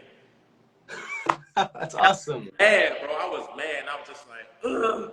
Like, this is And the reason why I'm playing football. I used to watch his videos every morning, but like, I wasn't really too big. I'm like, at the end of the day, I kind of grew up, and I was just like, hey, I'm gonna meet him. You know what I'm saying? If I'm doing what I need to do and being where I need to be and doing, you know what I'm saying? and then you will. I'm sure you And will once you get to that level. yeah, I'm gonna end up meeting him. So I'm not really gonna worry. But those people right there are definitely be inspiration to me. Like, without those three people right there, I probably wouldn't even just me not even knowing them, just seeing them from a point of view, like they motivate. Yeah. You know what I mean? Definitely. That's good. There's one more. It says, who do we have winning MVP Of what? of the NFL? Who's going to win the MVP? NFL? Yeah. Who you got? So I'm going to be biased. I'm going to go Aaron Rodgers back to back to back. Aaron Rodgers? Yeah, dude. He's won it back to back years, man. Is I see. I'm He's about to turn in that chair and look at that green, look at that helmet back there. Hey, my dream. Okay, that's like my goal is I want to go to Lambeau to watch the Packers play before Aaron Rodgers retires. But I've never even had an opportunity like that. yeah. I'm gonna be honest. I'm gonna keep it. I'm gonna keep it on the balance side. I think Aaron Donald gonna win it again. I think Aaron Donald gonna win it. Aaron Donald, defensive MVP. I think Hadn't he it gonna been get. years before? I So think he hasn't it did been years? since the player won it, huh? Do what? I said you said it hasn't. This was about to say it hasn't been years since the defensive player won. Right. It's been like a long time. I don't know if it's ever been done or it's been a long time. Yeah, I'm gonna be honest then. Okay, on that, I'll say defensive MVP, offensive MVP, or MVP in general. I'm gonna go with my favorite. I'm gonna say Lamar Jackson. He's done it before, so I'm gonna he say won. Lamar. I'm gonna say He's Lamar, and definitely. I'm gonna say Lamar because his firepower he got this year. No disrespect to the Ravens, is nothing, and I think he's gonna have to. I think he's gonna have to bring that team together and get that chemistry down. And you know what I'm saying? And kind of how Cam was in Carolina, if that makes sense. You know when he won his Yeah. MVP, and he took them to the Super Bowl. And Cam didn't really do it by himself. It was definitely Luke Kuechly on that defense too. But I'm gonna just say, just from the standpoint of offensive power, I think Lamar Jackson can definitely lead an offense by himself. That's gonna probably make him get MVP. If he just stay healthy, I think he's gonna win it. That's just me. Especially when He's he good. gets. I think he can live up to it. That's just my opinion. You know what I'm saying? He's just an amazing. You know, back in the day, they used to look at Vic like, oh, Vic this, Vic that. He didn't already broke really like so many records Vic didn't have. It's ridiculous. Like, He's good, man. I bet he can do it. yeah, I just seen today. I think they say he's the youngest player ever to have 80 touchdowns. Like, I'm like, whoa, he got Man, 80. he's only 25 years old, I think, and he's been playing what for Yeah, 4 years, 5 years. And yeah. I think he sat on the bench the first year, didn't he? With Flacco was there. He sat on the bench. I didn't even know that. I think. Let me look. Probably, What was that? probably a few games. No, let me look. I'm gonna look at his stats here. Oh, I guess he appeared in all the games in 2018, his rookie year, but he only started 7. So I think Flacco was still there. Mm, But okay. he did appear in all of them apparently. Oh, okay. Yeah, that's big. That's big. I like him. That's my favorite quarterback right now. He's Offensive good. MVP, that's him. I'm gonna say Lamar Jackson. Okay. Let's look. We got more questions. What drives you to be at your best? I'm gonna let you go first. Ah, what drives me to be at my best? I think seeing the potential of where I could be and like opportunities like this, getting just to talk to people and players and meeting people like Scott who want to help you and just seeing that there's still a lot of good out there and that people and just seeing what others can do in the industry as well, like it's almost like you're envious of that person. Like, dang, Adam Schefter got that good scoop. Like, I want to get that. Yeah, That's what drives me, and then meeting these people along the way, I think is what keeps me going too. that makes sense. I think that's what drives me. Networking. Yeah. That's what Sadi said. Networking. That's a great one. I'm gonna be honest. I'm gonna say, hold on, say the question again because I want to hit it right on the head. Let's see. What drives you to be at your best? I'm gonna be honest. I'm my hardest critic. So I'm gonna just say, just waking up every day, knowing I got an opportunity to be great. Like I can do better than what I did yesterday, or I got a chance to make my mark on this earth. Like Boom. that's just Yeah. that's enough to know. Like I want to be historic. Like so, it kind of just brings all into play of just you know, you, what legacy do you want to leave on this earth? Like do you want people to remember you, you know what I'm saying, for something great? And like, do you really want to be legendary? So like, I'm striving for something that, you know what I'm saying, a lot of people are not willing to do, and, you know, don't have the guts to do, and don't have the willpower, and just being different and just standing out. I think, and for a good purpose, you know, a great purpose. And not only that, I motivate people. That what drives me too. Like, I get a lot of messages and stuff, like, from people I don't know, people I do know, and they like, hey, CJ, I don't know who you are, or, you know what I'm saying? They might be like, thank you for that. Or they might send me a picture of them working out, and I'm like, you know, Yeah. it kind of throw me off, because I'm thinking like, dang, what made you see me? But I got to think, what image are you portraying? You know what I'm saying? What are you doing that will make them do that? So you got to think, a lot of people are watching you. You know what I mean? You don't know that either. A lot of people are watching you that you don't know about, that you motivate and stuff. So just seeing that and the impact that I have on people's lives, and the motivation that I can give them, the inspiration I can give them, so they can pass it on too. Because that's what life is about. You know what I mean? It's about, you know what I'm saying? A lot of people don't have what it takes. They don't have people to look up to, or have somebody to pat them on the back. But if they see you, come on now, that's a whole different ball game. Like, It is cool. I have gotten messages before, and I'm like, I've never really gotten a message like that, or like, hey, that was extremely thoughtful of some random person that I don't know, but apparently has been following me for a while. yeah, And, you know, it's pretty cool to get those messages and to be. And I know people who have started accounts like mine because of mine. So it is. that's what I'm saying. I'm gonna tell you Yeah, something. that is. I got a guy, you know, I just met a few months ago, and he wasn't working out at all. Like, you know what I'm saying? And his buddy of his was trying to get him to work out for like the last 4 years. And he's an older guy. And, you know, I met both of them, right? And one is going to the gym every day, literally, like, consistently. You know, it's probably not how I go to the gym, not being cocky or nothing, but, you know, that's my sanctuary. That's my, Yeah, that's a whole different level. Like, honestly, I don't even like nobody working out with me, because, like, that's what saved my life. You know, I mean, I love it, like, on a whole different level. But he was going a lot and just working out, you know. It probably not immediate, or, you know what I'm saying? It's probably a little advanced. But this guy just kept trying to get him to go. And when he met me, guess what he said? He said, I went to the gym yesterday. Probably took him a week. He said, I went to the gym yesterday. And I said, for real? He said, yeah, it's been 15 years. wow. I said, huh? Older guy. So that right there, just something like that would just boost you times 10 to just even keep doing what you're doing and just working harder in general. So when I heard that, I instantly knew, like, it don't matter your age. It don't matter what you do. It's somebody older than you, younger than you. You may motivate anybody. You know what I mean? And bro, Right. he's way older than me. So I'm not gonna lie. It's a lot of grown people that I have met that definitely look up to me. Like, and I know they do, or I inspire them, and that's all I care about. And just knowing that I'm young and they look, you know what I'm saying? I'm doing something right. So that's another thing. That's pretty big, bro. And like, that's what I'm saying. Like, you never know. So that's another why you never want to quit and never want to stop going, because you don't know who watching you. You don't know who, you know what I'm saying? Good Who point. expecting you to do good, and they coming right behind you. Like I told you, if you do something great and you lead and you show somebody something, they're gonna jump behind you and come right behind you. You know what I mean? And that's just gonna spread out through hope. You know what I mean? It's a lot of great people out here left. This is a good point. I think that, you know, it's unfair to some people, like, you know what I'm saying? Like, it's a lot of people that still chasing stuff that needs to be seen. Oh, we got some more? Good.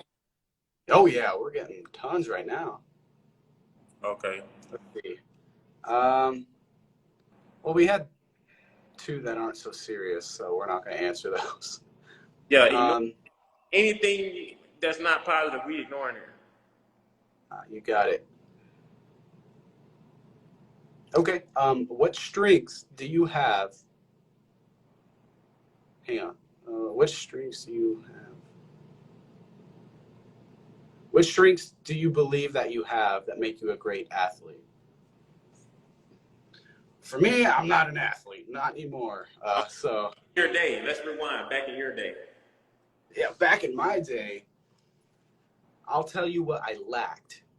I'll tell you something. I love baseball. Like more than football, I love baseball. I love to play it more. I was good at it, and I could have been way better, but I lacked drive, discipline, self-discipline, and passion for it. Gotcha. You know, and that's not five things, but five things I did have. I feel like I could pick up on things pretty well. I had awareness. So awareness, natural born ability. I don't know. I don't know what strengths I had that made me a good athlete. I was a very fundamental person. That's what I always go back to basics when it comes to sports. You know, catch ball, then throw ball. Very basic, like don't make mistakes kind of, Yeah. get the ground ball, step towards your target, make the throw. That's kind of what I was like. I was about fundamentals, kind of with football, catch ball, guard ball, and run hard. Like I like that though. I like that though. That works. You know what I'm saying? That keeps you from. How can I say this? That keeps you.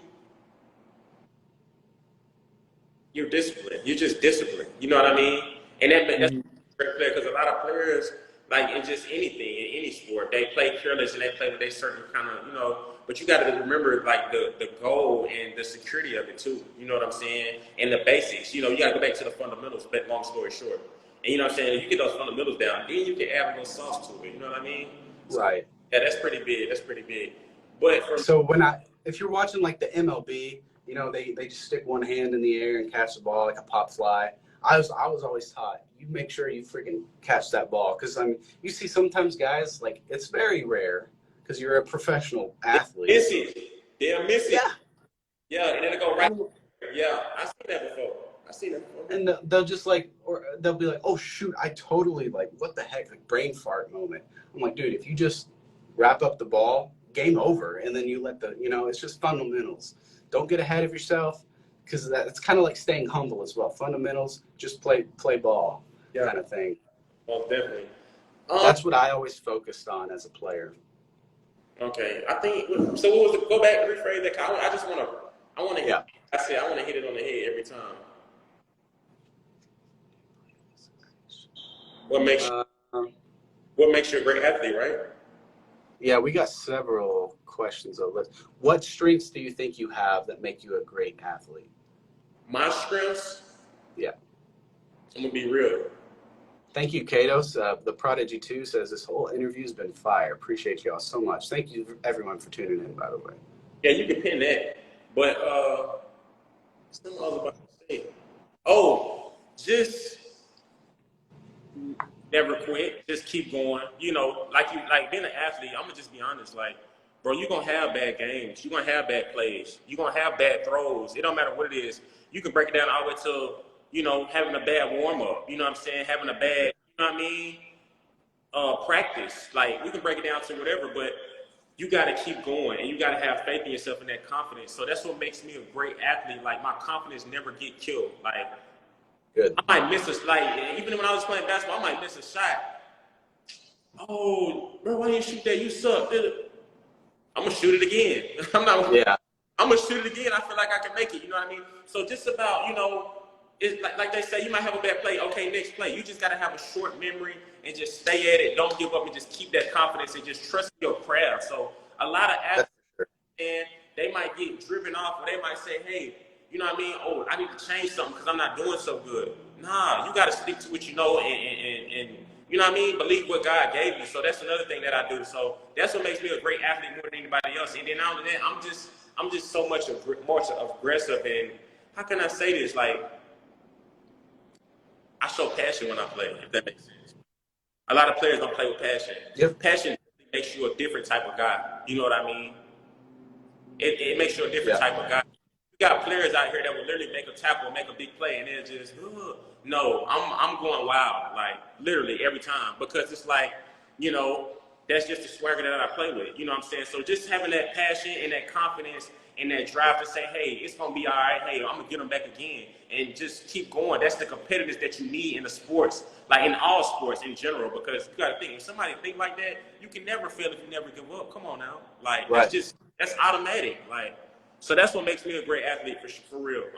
That's just the truth. That's a great mindset, dude. Great mindset. Yeah, don't get too down. You're gonna fail. It's gonna happen, but you got to keep going. Like, it don't matter what it is. Okay, yeah. Here's one that kind of goes along with that. What was your worst sports performance, and what did you learn from it? Woo-hoo, I'm gonna let you go. Oh, okay. I think I was 16, Mhm. and I was playing shortstop, Mhm. and I got a nickname for the whole season. I was called E6, which means error on position 6, which was shortstop. So I was basically, they'd be like walking around calling me E6 all the time because I made errors. And there was one game, dude. It was like twice. This happened twice. I'm like standing up, right? I'm standing up. They hit a ground ball, and I'm squaring up. The ball just goes straight under my glove, and runners are circling the base. And I was like, how did I miss that? And then the Oh, next inning, it just happens again, right under my freaking glove. And wow, that's crazy. You know, it sucked. I'm gonna tell mine. I think mine's worse. What was it? I got two in two different sports. Okay, football. I think I was go crazy this game because the defense was just trash and I was a receiver. I'm not sure what was going on. Why the, you know what I mean? Why the, how can I say this? I don't know why everything didn't come together because it was already written out. The coaches had already had the game plan. Everything was perfect. And the coaches kept telling, the quarterbacks, hey, just get the ball to CJ, get the ball to CJ, get the ball to CJ. You know, they went through the ball like 2 times. Out of the 2 times, guess what happened? The first time I got the ball, it was You a fumbled? it was a quick screen. So I came back, I caught it. I know automatically, like not even being cocky. I catch a pass. I don't care who's right here, who's right here. I'm going. He threw it so late and it was so slow. By the time I catch it, it's a guy. He's like 5'7". I'm probably like a buck 75. He comes. He hit me as I'm catching the ball. Boom. Guess what the yardage was on that play? I instantly fall to the ground because I slipped. Like I caught myself, but I slipped on the way. That's -1 yard. I got the Yeah. ball, I think once or twice more. Bad balls. This was the worst defense in the reason. So that was definitely the worst performance. And I actually cried when I got home. I'm gonna be honest. I cried. That actually, okay, so I was a wide receiver. And Mm-hmm. now that you say that, the only plays I ever had Mm-hmm. was quick slants or bubble screens or reverse. And my worst play, I did a reverse and lost like 11 yards. I ran backwards. Oh my God. So, bro, let me ask you: did you think you were Reggie Bush or something? Like, why was you going back like that? Okay, so when I was younger, I was really, really small. I used to just play scared. I didn't play with all my confidence. And That's what I'm telling you. That's what you as gotta play with. You gotta play with that. You gotta play with I that. lacked, I never had it. And And just I imagine, played scared. just imagine if you had it though. So like when I was a teenager, I went through some stuff and I had anger issues. And I was thinking, man, if I played football back then the way I felt right now, I would just take it all out. But Exactly. Exactly. That's I how. never did. Yeah, that's how I feel right now. And I want to say one more performance, basketball. I just thought I was the best basketball player ever. I was like the biggest on the team. I think I was like 12 years old. I was playing AAU. One of the best and biggest players on the team, and I used to kill him in practice. And we played the game, and you know how many points I scored? You know how many points I scored? 4, I scored 2 points 2 1 bucket. on a layup that I almost missed. Bro, I was so sick, bro, and I was dunking. I scored a layup, but that just shows you, like I was saying, you're gonna have bad games. You're gonna have bad times. It's about, oh, it's okay. I'm finna just go ahead and kill on the next one. You know what I mean? That's how you gotta do Yeah. it. So that's definitely my worst two performances, I'm gonna say. And actually, bro, I'm gonna be honest, that football game, they was laughing in class, like, CJ, you supposed to do this, you supposed. It doesn't matter. It doesn't I've been matter. Like, there. yeah, like I never cared what nobody had to say about me. That's another thing. Like you can't care about what nobody says about you. You're gonna have people say bad stuff. When you do something Right. good, see how many people cheer. How about that? That's a good one. That's what you need to watch for. See how many people really cheer, and it's not fake. You know what I mean? So that's good Yeah. too. You know what I'm saying? So I was never worried about that. It's a good one. I like that. Yeah. Okay.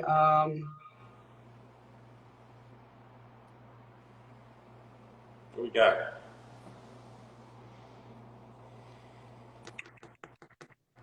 What do you believe is the greatest challenge most athletes are facing today? You want to answer or you want me to answer this? I'm going to hit right on the head. If you got the answer in your mind, go ahead. Mental illness. Great one. I'm going to say this. A lot of athletes are going through stuff that they never going to speak about, you know what I mean? And they can't really explain, so they don't have nobody to vouch for them and stuff like that. But they're scared to come and seek for help, if that makes sense. I'm going to add on to that. Yeah, go ahead. I don't think it's just players and athletes. I think that's not only all Americans. I think it's everyone in this world. Definitely. I think everyone struggles with something, and a lot of people don't talk about it. They cope differently. Some people turn to drugs and alcohol because of these issues. Yeah. You know, so it's just things that I'm a really huge advocate for mental health awareness and being there for people with like abuse issues and substance issues. I'm big on being there for those people. I think that's something athletes struggle with, and Americans in general. Yeah, most definitely. Yeah, you hit it. You gone and you opened that one up. You stood it up. You definitely stood it up. But that's what a lot of people go through. A lot of people are going through stuff they don't speak about. They're not going to talk about. They don't know how to find a good habit of handling it, and they don't want to go seek help, and they're scared to say it. So that summed it up right there. You're right about that. Yeah, and I learned something in life is you can't help somebody unless they're ready for the help or want the help. I've tried to help people before, but definitely. they don't want help. And you'll drown yourself trying to. If you're trying to help somebody, most of the time, and they're not trying to help themselves, you're definitely going to be affected, and it's definitely going to hurt you more than it hurt them because they don't care. You know what I mean? It hurts you. It hurts your heart when you care about that person. Oh man, hurts your Been heart. there, dude. It hurt my soul. Yeah, it's tough, man. That's great. You seem well beyond your years. That's great. Definitely. Let's see. We got. How do you keep your teammates motivated? How do you keep your teammates' feelings motivated after a loss? Well, it's been years since I've been in that situation. But how would you do it right now? How would you do it right now? The way I would do it now and the way I did do it back then. Let's say CJ with the wisdom. Most definitely, Joe. I walk up and down the bench, baseball or on the field, patting people on the head, saying, "Good job, keep your head up. Let's go out there next drive," stuff like that. Yeah. I was always no matter how bad the score was, if there's time on that clock, you got time to play, and that's how I was. So I would just constantly trying to chirp people up, on the sideline. That's what I did. That makes sense. I like that. I'm gonna be honest, I'm gonna go back to what really inspired me, that really moved me out my seat when I'm feeling down in any situation, not even just sports, but in life. I'm gonna tell them, straight up, hey, I got your back, let's go. I got your back. Don't worry about it. Do what you can do, and I'm gonna do the rest. That's what it's about. You know what I mean? And it's to the fact that, you can put that in any aspect or any form. It's just like, hey, do your assignment, do the best you can do, and if you can't do it, I'll help you. You know what I mean? Because some people really don't have the ability to, be like you or be as good as you want them to be. But as long as they're giving their best, you can count on them to, you know what I'm saying? You can accommodate for it, if that makes sense. So I tell them like that, and it's real intense. And I know I said it like kind of broad, but I say it like that for a reason because that can be in any state or form. But for the most part, it's like, hey, let's go. We don't got no choice. It's time to go. I got your back. Come on. It's time. I need everything you got right now. You know what I mean? So that's how I usually do it. You know what I mean? And like you said a loss. So you got to think. Everybody feeling down. Don't nobody want to talk. I tell them straight up like, hey, it's going to be cool. We got this. We got another game next week. Let's go ahead You know what I mean? It's a long season ahead of us. We're gonna let this one do it. You know what I mean? You gotta really like pep talking and walk your way through it. Yeah. Because not only they down, you're down too. But if somebody got the strength to do it, you know what I'm saying? Go and take that initiative and go and do it. Because a lot of people, they get discouraged quick when it comes to their sports and just take them off the team. Yeah, to be that person that is, I mean, every team's got to have a few of those guys that can have the mindset after a loss to not let the whole team get down and carry it over to the next week. That's contagious. You can't do that. Yeah, it is contagious. Yeah, that's very contagious. You cannot do that. But long story short, it's like, hey, come on. We ain't got no choice. You know what I'm saying? We got a game next week. Let's go. You know what I'm saying? Yeah. Pick your head up. You ain't finna give up on me. Long story short, I'm not gonna give up on you. You gonna give up on me? That's right. And if you got to, I'll cry right in front of you with you. Come on. Yep. Yeah, that's what I like about this Hard Knocks. I think it was Jamal Williams. Yeah, that dude's a character, bro. When I was in Detroit, that dude's a character, bro. I liked him. He was a Packer. I always liked him on the Packers. He just didn't. They have so many good running backs. They just you're like, well, we'll give you opportunities to go be a starter elsewhere, basically. Yeah. So I've always had respect for him. But seeing him on Hard Knocks, man, he got emotional just giving his team a pep talk. I was like, I like that. Yeah, I love his intensity. I love the way he's played with emotion. It reminds me of back in the day when people. I'm not going to say people don't love it nowadays, but you don't see too much emotion nowadays. You know what I'm saying? Everything's just more nonchalant, brush it off. Okay, we'll be all right. Back in the day, Ray Lewis and Brandon Dawkins, them dudes was really crying on the field. Like, yeah, and really pep talking and putting their heart into it. So it's a whole different ball game now. But yeah. You definitely hit it on the head, too, with that one. Okay, so that leads into another question is what do you look for in a coach? In a coach? And a coach. And a coach, I'm gonna be. What would you look for? I'm gonna let you go every time first. It goes back to what I said about fundamentals. I want someone who's kind of old school about basics. Mm-hmm. Sometimes teams and players get ahead of themselves, start making mistakes. You got to remind them, go back to basics, man. Run, catch, throw. Run, catch, throw. Get the basics down. Just stuff like that. And someone that doesn't. Like you said earlier, it can get contagious when someone's down or depressed. A coach that is constantly trying to motivate his players and can develop a relationship with his players, more like family instead of a coach. There it is, right there, definitely. I'm looking for in a coach. Yeah, I want a coach that's gonna be him. You know what I mean? Show me the real you right now, outside of a coach. Let me see what type of guy you are. You know what I mean? Yeah. And just that alone, them showing me what type of guy they are, and that shows you if they care enough for you to the point where these players really want to play for you. You know what I'm saying? It's different if a coach is coming there and, I'm a coach. But it's different when it's more, like you said, like a family, and they're like, hey, I'm a coach, but I care for you. You know what I mean? They're saying like, hey, we in this together, let's go. We got to win this game. And it's like, it just makes you play 10 times harder when you're playing for somebody that you really, generally care about and, you love and you want to, you know what I'm saying, succeed just like you. So that's pretty big with me. And I met a lot of coaches and stuff, and there's been a lot of coaches that show, signs of, a family type, coach without football or anything involved. And I'm the type coaches I live for. Like, I'm the type coaches I'm going to play for, like, in general. Like I just said, like, The Rock, like, just him being and seeing like how much he cares for a person, that makes me want to play for him. You know what I mean? It makes me want to go put everything on the line for him right now. You know what I mean? So that's pretty big for me too. Like, and them coaches, they be in hard situations too. I give my kudos to them too because, you know what I mean? Not only do they gotta try to put their game plan together and make sure they're winning games or, get them out these certain amount of fans, you know what I'm saying? Or playing time. It's just a lot that come with it too. So I give my kudos to them too, but just them and the sacrifice. And don't get me wrong, coaches got to put in just as much. Really, they got to put in a lot more work than the players sometimes. You know what I'm saying? Yeah.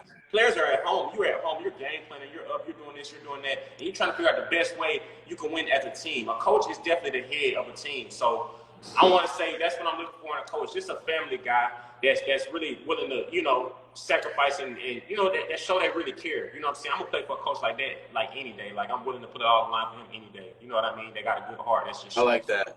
Yeah, they love for it. So. That's good. Good answer, man. Yeah, definitely. let's see. Oh, here's a cool one. What role do you see technology playing in the XFL or the NFL? Hmm. I'm gonna ask you that. NFL expert. I'm gonna ask you that. I ain't that big of an expert on it. Well, let's see. I know that every year they're trying to increase technology as far as reviewing plays, decreasing the time because it can ruin, like it drives momentum if you're challenging a play or reviewing a play. Mm-hmm. Um, Something that I really think needs, not that it's not good right now, but I love how I love cameras, and I love how cameras work and the details that some of them can have.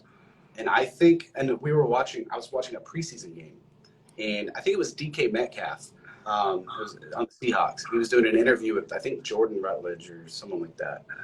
And I was like, dang, that's a freaking high quality interview. Like the I know what picture you're was talking good. about. Yeah, I know what Yeah. you're talking about. I was like, that was like an 8K camera. That looks so good. Yeah. So, I don't know if you've seen the live plays and the camera like it's moving with them last year and this year. yes. That's a great example too. I know exactly what you're talking Yeah. about, but that's a great point you put out right there. But technology in the XFL and NFL, I'm gonna be honest. I'm gonna say just putting something on the players where they can really like track their speed, their body temperature, and what situations they work best up under. You know what I'm saying? I'm pretty sure they got. I mean, I didn't wore the things before. You know, certain things that like, you know, the heart rate, the speed and velocity they moving at, and stuff like that. Yeah. But just that alone, I think it's going to get more intense because they're going to see exactly like what makes a player a better player up under his situations. You know what I mean? Like this player might cut better than this player in this situation, and you know this movement might be better than it. So I think that type of stuff is going to get like better because they're going to try to see what players are best for what positions, like to help teams win. But not only that, for what positions they're best at, if that makes sense. And Yeah, I like and that. their Yeah. and their health in general. You know what I mean? So I think that's going to I get like better, especially with the cameras and you know everything else that comes along with it. But I think they're definitely going to try to put something together where they can really track everything in a player's body, like to see like the movement and you know what I mean. I'm not even going to say like on a robotic type stuff, but I think it's going to get more advanced where they can you know body temperature or hey he backpedals better when he's on this side of the field and that side of the field. They already got stuff like that right now, but I think they're going to get more like with it. more sports science side of it. Yeah, definitely. And like I like that, yeah. And like getting the details of their body as they're playing, and maybe having your training staff on the sidelines where you can monitor a player's health as well. Yeah. Like he says he feels fine, but it's reading like he could seriously have That's a what head I'm telling you. That's what brain. I'm telling you. And for situations like that, Yeah. situations Like like that, he because told me he's fine. He wants to go out there and play, but it's reading like he's got a concussion. We're gonna take him out. You yeah, know, so yeah, without the old school. I mean, you got like you said, you got to go to the fundamentals. You got to go back to the basic thing. Oh, the lights dim. Oh, he has a headache. Stuff like that. But if you yeah. got something that can literally tell you right now, oh yeah, he's not okay. You know what I'm saying? Warning, Yeah. warning. You know what I'm saying? Just like a car overheating. I think it's gonna get something like that more intense, and that's gonna be good for a lot of players in the health and in the future of their careers in general. I like that. Yeah, that's a good idea. Yeah. Because I think there are players I think uh, who have like their draft stock drops because they're like, oh well, he's actually got a heart issue. Yeah, Or that's what I'm telling you. Exactly, exactly. And that's going to help out everything, the whole league. Like, it's going to stop you from almost killing him or, you know, pushing him to a point where he can't go no more. That's going to help the player for a better situation to where he can live and play and go run with his children years from later on and just everything. You know what I'm saying? And it's going to show the true yeah, value of the players and, you know what I'm saying, the team in general. So, I think that's a great idea. yeah, I like that. Yeah, I mean, I'm sure they're working towards that. yeah, Um, definitely. but that's something that should come sooner rather than later. Yeah. How many more questions you want to take? Let's do this will be the last one. Okay. Yeah, I see you getting tired over there. Man, let's see. I'm up. I don't sleep well. I have what is it, narcolepsy. So it's like you can kind of get tired at random points during the day. So you know how people get a second win? I can get a third win, but it affects my sleep too, and I don't sleep well. And I don't either, bro. I'm be hungry. And I ain't gonna lie, I don't got nothing like that, but I be hungry, bro. Like, I be hungry. yeah, I'm talking about, like, if I sleep, like, I literally cannot sleep over 5 hours. If I sleep over 5 hours, I'm jumping up. And it's not because, oh, I'm late for this, I'm late for that. No, it's just because, why am I your sleeping body. so long? Yeah, like, it's something I could be doing. Like, I'm missing out on life right now. You know what I mean? And Yeah, I get that's kind of bad. And they say sometimes you gotta sleep. But when it comes, I'm gonna sleep when it's time to sleep. You best believe that. So, yeah, it'll catch up with me. But let's go and take yeah. one more though. All right. Let's see. Let's make it a good one. Yeah, let me find a good one. It's a lot of them in there, huh? Yeah, we've got several good questions in here. Mm-hmm. Well, I'm gonna let you just pick. You know what I'm saying? Any, many, money, more. All righty. All right, let me scroll all the way back up to the top here. Ooh. Okay, here's a good one. Mm-hmm. I don't think we've answered it. What are you most proud of as of right now? Right now? Right now. Go. I'm proud of who I've become. Yeah, go right there. As a person. Mm-hmm. If you knew me 3-4 years ago, you would think I was a dick. Like, you would not like me. Mm-hmm. You wouldn't get me to talk. I would be grumpy and mad. So I'm proud of how far I've come with people and myself. I like that. You hit it right on the head with that first one in general. Yeah. I'm gonna keep it real with you. Most proud of myself right now, like you said, the person I've become. I done been through so much, like in life in general. You know what I'm saying? I think everything that I've been through shaped me what I am right now. You know what I mean? And like you said in the past, nah, that wasn't it. And like just the knowledge I got and the will I got and the determination I got, like to the point where I'm gonna adapt to any situation to it. I'm still gonna succeed. Like it don't matter what happened, like right now, like I'm still gonna find a way to do what I need to do to get where I gotta go, if that makes sense. So just that mentality is gonna get me where I gotta go, if that makes sense, and get me to my place. You know what I mean? So that's what I'm proud of myself of, just being able to just adapt to any situation and just keep going. You know what I mean? So yeah, the person I become, definitely. I think that's as good as it gets. I mean, Most definitely. I think there's two people in this world: people who learn and people who just don't learn. Mm-hmm. And I think learning from mistakes, learning from past experiences is what people like you seem. You seem like a down to earth, great young man, and that's what I think people need to do. Is like you got to learn from your past. You got to, So, and that's what life is about. As long as you're learning, you'll never take a. It's never really a loss. It's never really a. Oh man, it's just like, hey, you learned something. Better it. You know what I'm saying? Don't keep going through the same things over and over. Like learn from your mistakes and better it. You know what I'm saying? Make it memorable, and you know what I mean. Become a better person. be better. That's right. Be better than you were the day before. Yeah, Basically, definitely. it's like that's what I like. Definitely. Yeah. But yeah. Well, I really appreciate your time. And Most it's definitely, awesome. man. It was nice to meet you, man. It's nice to tune in. I don't really do stuff like this. You know what I'm saying? It's like my first time Really? playing in a minute. Yeah, it's not my first time doing it in a minute. I think I had one before the FCF or something like that. In the last league I played for, it was pretty cool, but it was kind of corny. I think I was more, broad and widespread. We didn't make it just about football. It was just about life in general. And I think a lot of people learned some stuff from it and kind of seen what type of platform and what type of foundation and what type of people we are. You know what I'm saying? That's most important. You know what I'm saying? You know who you following, you know who you watching, you know what's going on. You can kind of relate to it, and then you hit them with a Q&A, and they kind of join us and interact with us too. So I think people love stuff like that. But definitely, man, this was definitely a great one, man. And I continue to, I want to probably continue to do stuff like this, but definitely in chunks of achievements. You know what I'm saying? I'm not that type of guy where I'm just going, oh, well, let's do one this week, let's do one this week. Nah, it's more of a streak with me. Okay, this is happening. Okay, after the draft. Okay, after I achieve that goal. Okay, after I reach that goal. I'm more of that guy. You know what I'm saying? Let's take a break and let's go on and grind and go get some more. You know what I'm saying? I like it. Yeah. Yeah. That's how I am. I'm not like a professional interviewer or anything. I don't know the great questions to ask. I like to talk to people as a person, not just the player, and get to know people and Yeah, I ain't gonna lie. I was get about to ask you. I was about to say, hey, can I get a template? Like, what kind of questions you gonna be asking me? right. Yeah, And I've I had was, that question before.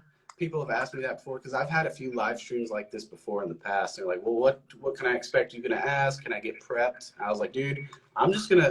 I was like, "You just start talking. I want to hear your story. Just talk about life." And yeah, that's kind of what I focus on. So, yeah. I I I like it, and I appreciate you being so inspired and trying to inspire others. Oh yeah, definitely, man. We're gonna break it down more, man. I just gotta give them a widespread of it right now. You know what I'm saying? We probably could Yeah. do another collab or, get you out to a game or something, do something live or something even better. You know what I'm Oh, that'd be cool. Yeah, that'd be Yeah, so with a cool. real camera on the field or something like that, and have a real one. You know what I'm saying? And get you in there all the way. You know what I mean? And you can get the live and full effect of everything. So we'll see what happens, man. I I got a great camera, man. I got a great That's what camera. I'm saying. We're gonna get you in there, man. We're gonna get you in there. We ain't even gonna play around with it. We're gonna step on the gas right now. You know what I'm saying? So go on and get Sweet. ready, get that bag ready, and you know what I'm saying? We're gonna pack you up and get you out there, man, and see what you can do. You know what I'm saying? I already know you're gonna step up to the plate because you seem like a cool guy and you seem determined. You know what I'm saying? You seem like Thank you you. love what you're doing. That's all it takes right there. So thank you for the Thank you. opportunity, man. And you know what I'm saying? We'll chop it up. You got my number. You know what I'm saying? You got my Instagram, man, and we'll stay in contact. And thank Absolutely. Scott, man. I know Scott probably somewhere eating or sleeping. You know what I'm saying? Thank my I Scott. bet he is. Yeah, you know he But is. well, we got a bunch of people that stayed here till the very end, so we appreciate you all tuning in. Sadie says got deeper than you expected. Well, hopefully that's what I'm about. I like to talk That's what I'm scarecrow. about. You I don't know? want to come in here and keep it broad on a straight line and football, football, football. Yeah. Nah, you got to get in here and really talk and just, Yeah. you don't know who you're touching. So, That's exactly right. And we'll talk soon, guys. Thank you so much. all And right, y'all. CJ, we'll see you later, dude. All right, y'all. Thank you. All right.